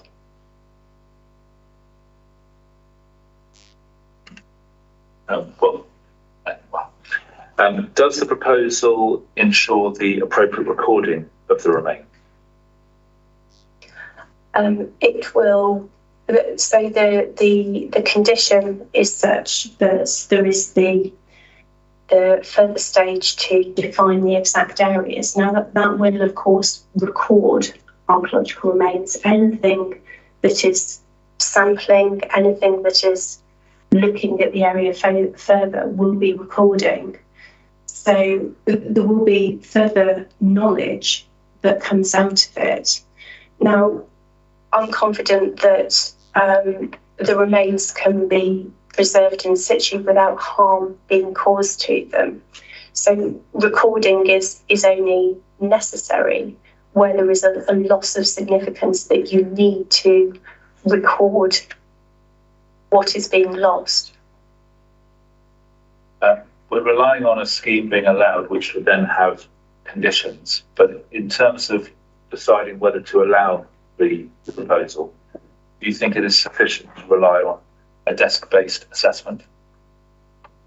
Desk-based assessment is part of a suite of investigations which have taken place. So those investigations have comprised desk-based assessment, geophysical survey. The desk-based assessment has also picked up previous investigations. And of course, there are the intrusive works which Professor Fulford has undertaken in Field 1. So desk-based, exactly the suite is what I was referring to, the desk-based assessment and the contaminated the geophysical survey and no survey of Field 3. Yes, that's correct. With geophysical survey, there are always going to be limitations to it. It doesn't work for every area that's covered, and that's entirely reasonable. It is something that very frequently, especially when you are looking at larger areas, there are always going to be areas for which it doesn't provide top-level clarity. You get contamination not only through green waste, but you also get pipelines, you get magnetic disturbance, all of these things. When you're employing detailed magnetometry, it's very much part and parcel of it, and that's why it's appropriate to consider it as part of a suite of investigations. It's one part of it. Now, the preceding step also included looking at remains recorded through crop marks. And that's exactly how the archaeological site in Field 1 was detected. So you have to see it as part of a suite of information. Where a particular survey doesn't provide top-level clarity for one area, then it has to be considered as part of a whole suite of investigations. And as part of that suite, again, can you rely on aerial photography? But the point is that you rely on the corpus of information as a whole. So you don't rely on any one element wholly. You rely on the corpus of information. You accept that in terms of mitigation, the further investigations that are suggested, the proposed mitigation measures are based on inadequate data at the moment. Would you accept that? No, I don't, because it's characterised the significance of the assets. And then the point is that you define the detail of their extent. That's a proportionate approach, and one that was very specifically requested by the archaeological advisor to the local planning authority. In terms of this compaction issue, do you know how heavy the concrete panels together with the infrastructure and the solar panels above them, do you know the weight of those? No, I don't know the combined weight, no. How do you therefore know if it will harm any archaeology below? Well, the archaeology below is cut into and directly on top of the natural.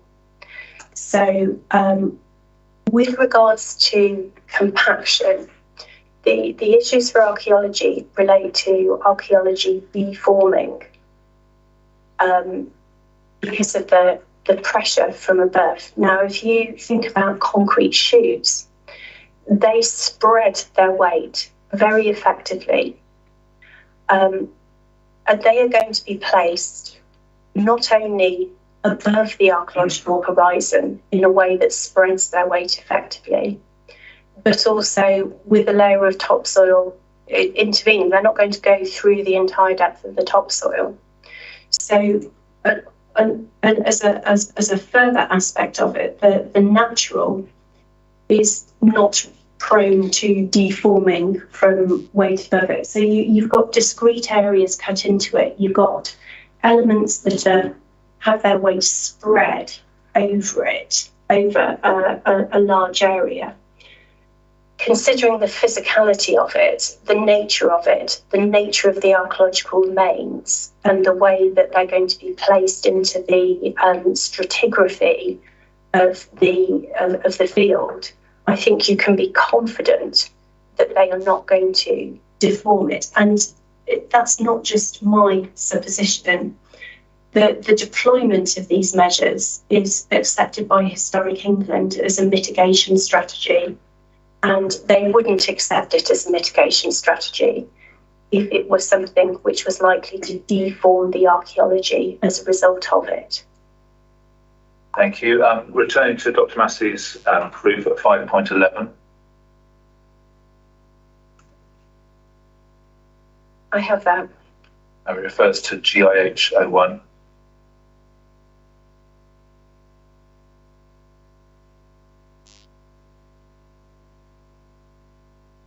I have that. Can any amount of green infrastructure help preserve the significance of below ground remains? So the I take it you're referring to are you referring to the green infrastructure proposed as part of? I can't ask you a question, so I'll just have to suppose. I'll clarify for you. The green infrastructure is the proposed screening as mitigation to the scheme. I'm not quite sure. There's a bit of a non sequitur there. If you're talking about archaeological remains, then I'm being clear that I don't consider that they're going to be impacted upon. So we've got very specific mitigation measures that relate to those. If you're referring to visual aspects, which I don't think is part of anybody's case, then there isn't anything that there isn't anything within the site that is contributing to the heritage significance of anything else that screening could interrupt. So the answer is no.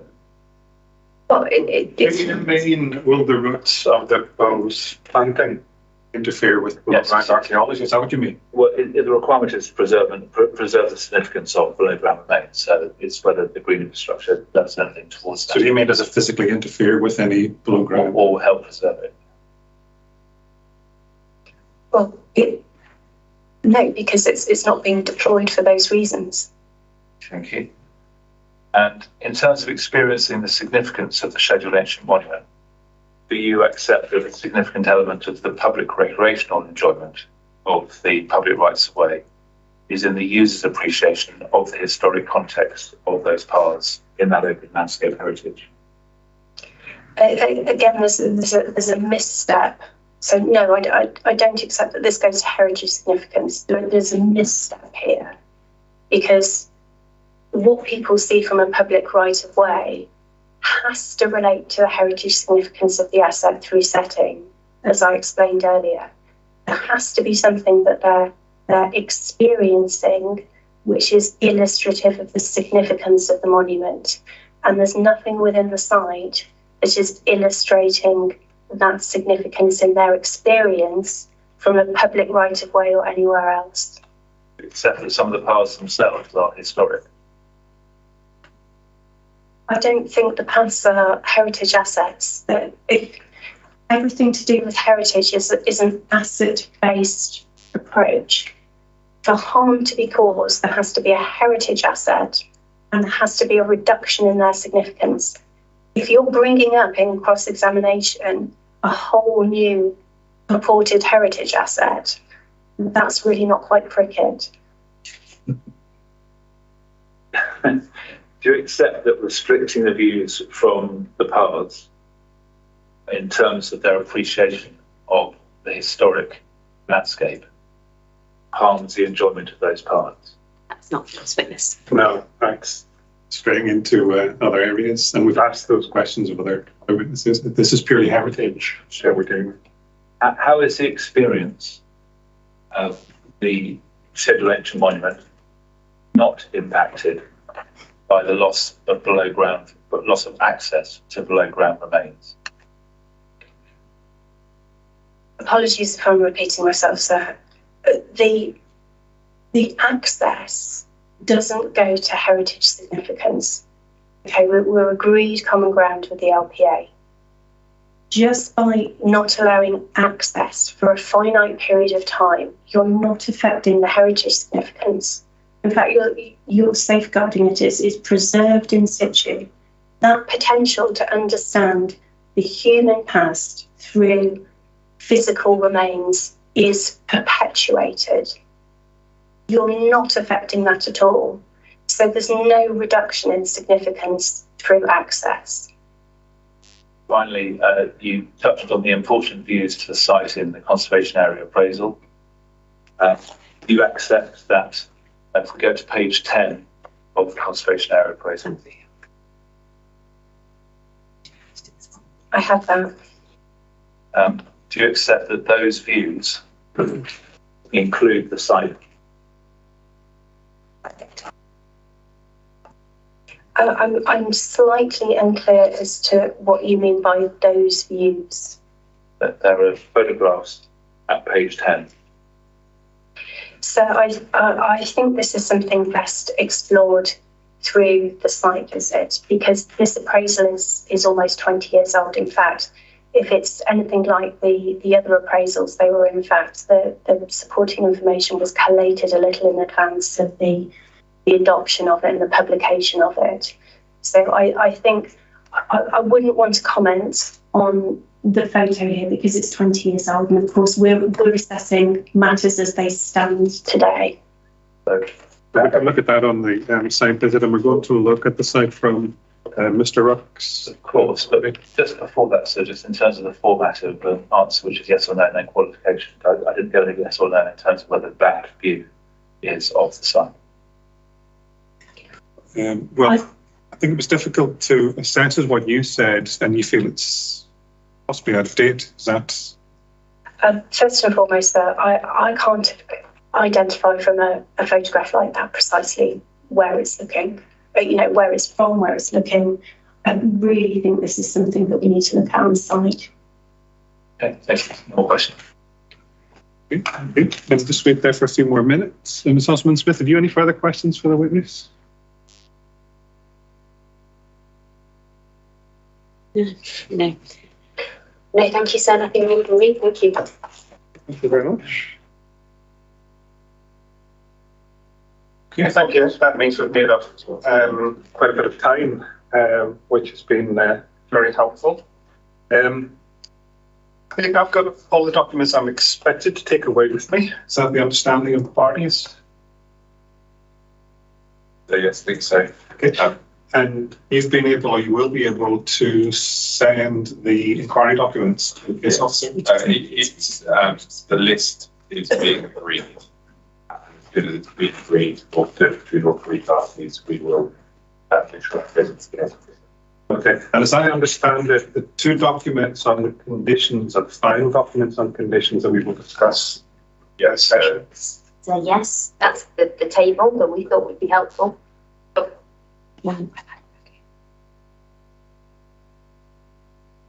Oh, yes, yes. I think the list is there. I'll just run it past the Rule 6 practice. It will be with you shortly. So the list is there. Yeah.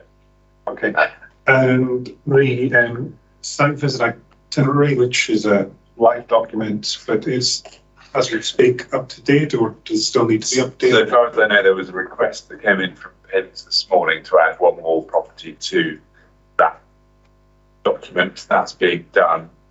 So hopefully by Tuesday that will be with you. If not, we can send it, maybe we can send it over this afternoon. Okay, and could I go on to the council website? There's a version on the council website at the moment. Okay, so if you check the council website, there'll be updates on the site visit itinerary. Yes. And the timetable. The timetable we can certainly undertake to update. We've done very well this morning, meaning I think that we're only one and a half still has you down for cross-examination. No, oh, mind you, we've not. I think so. Otherwise, Yes. it's up to date. Is that correct?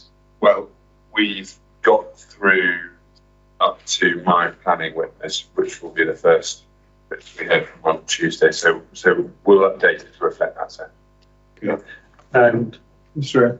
Anstice, you'll have a think about how your evidence will be presented as whether or not you ask questions in chief and it's like examination. Okay. Anything else before we adjourn? So we're just double checking. We may well be able to leave stuff in here over the weekend, and I've been told once that we could and once that we couldn't. We're going for a third check with facilities. We think it's booked for us for Monday, so not encouraging anyone to be here on Monday, but stuff could stay in here. So necessary core documents could stay. For example, so if you didn't think that they were necessary. When would you know? I'm hoping in seconds. Yes. Okay.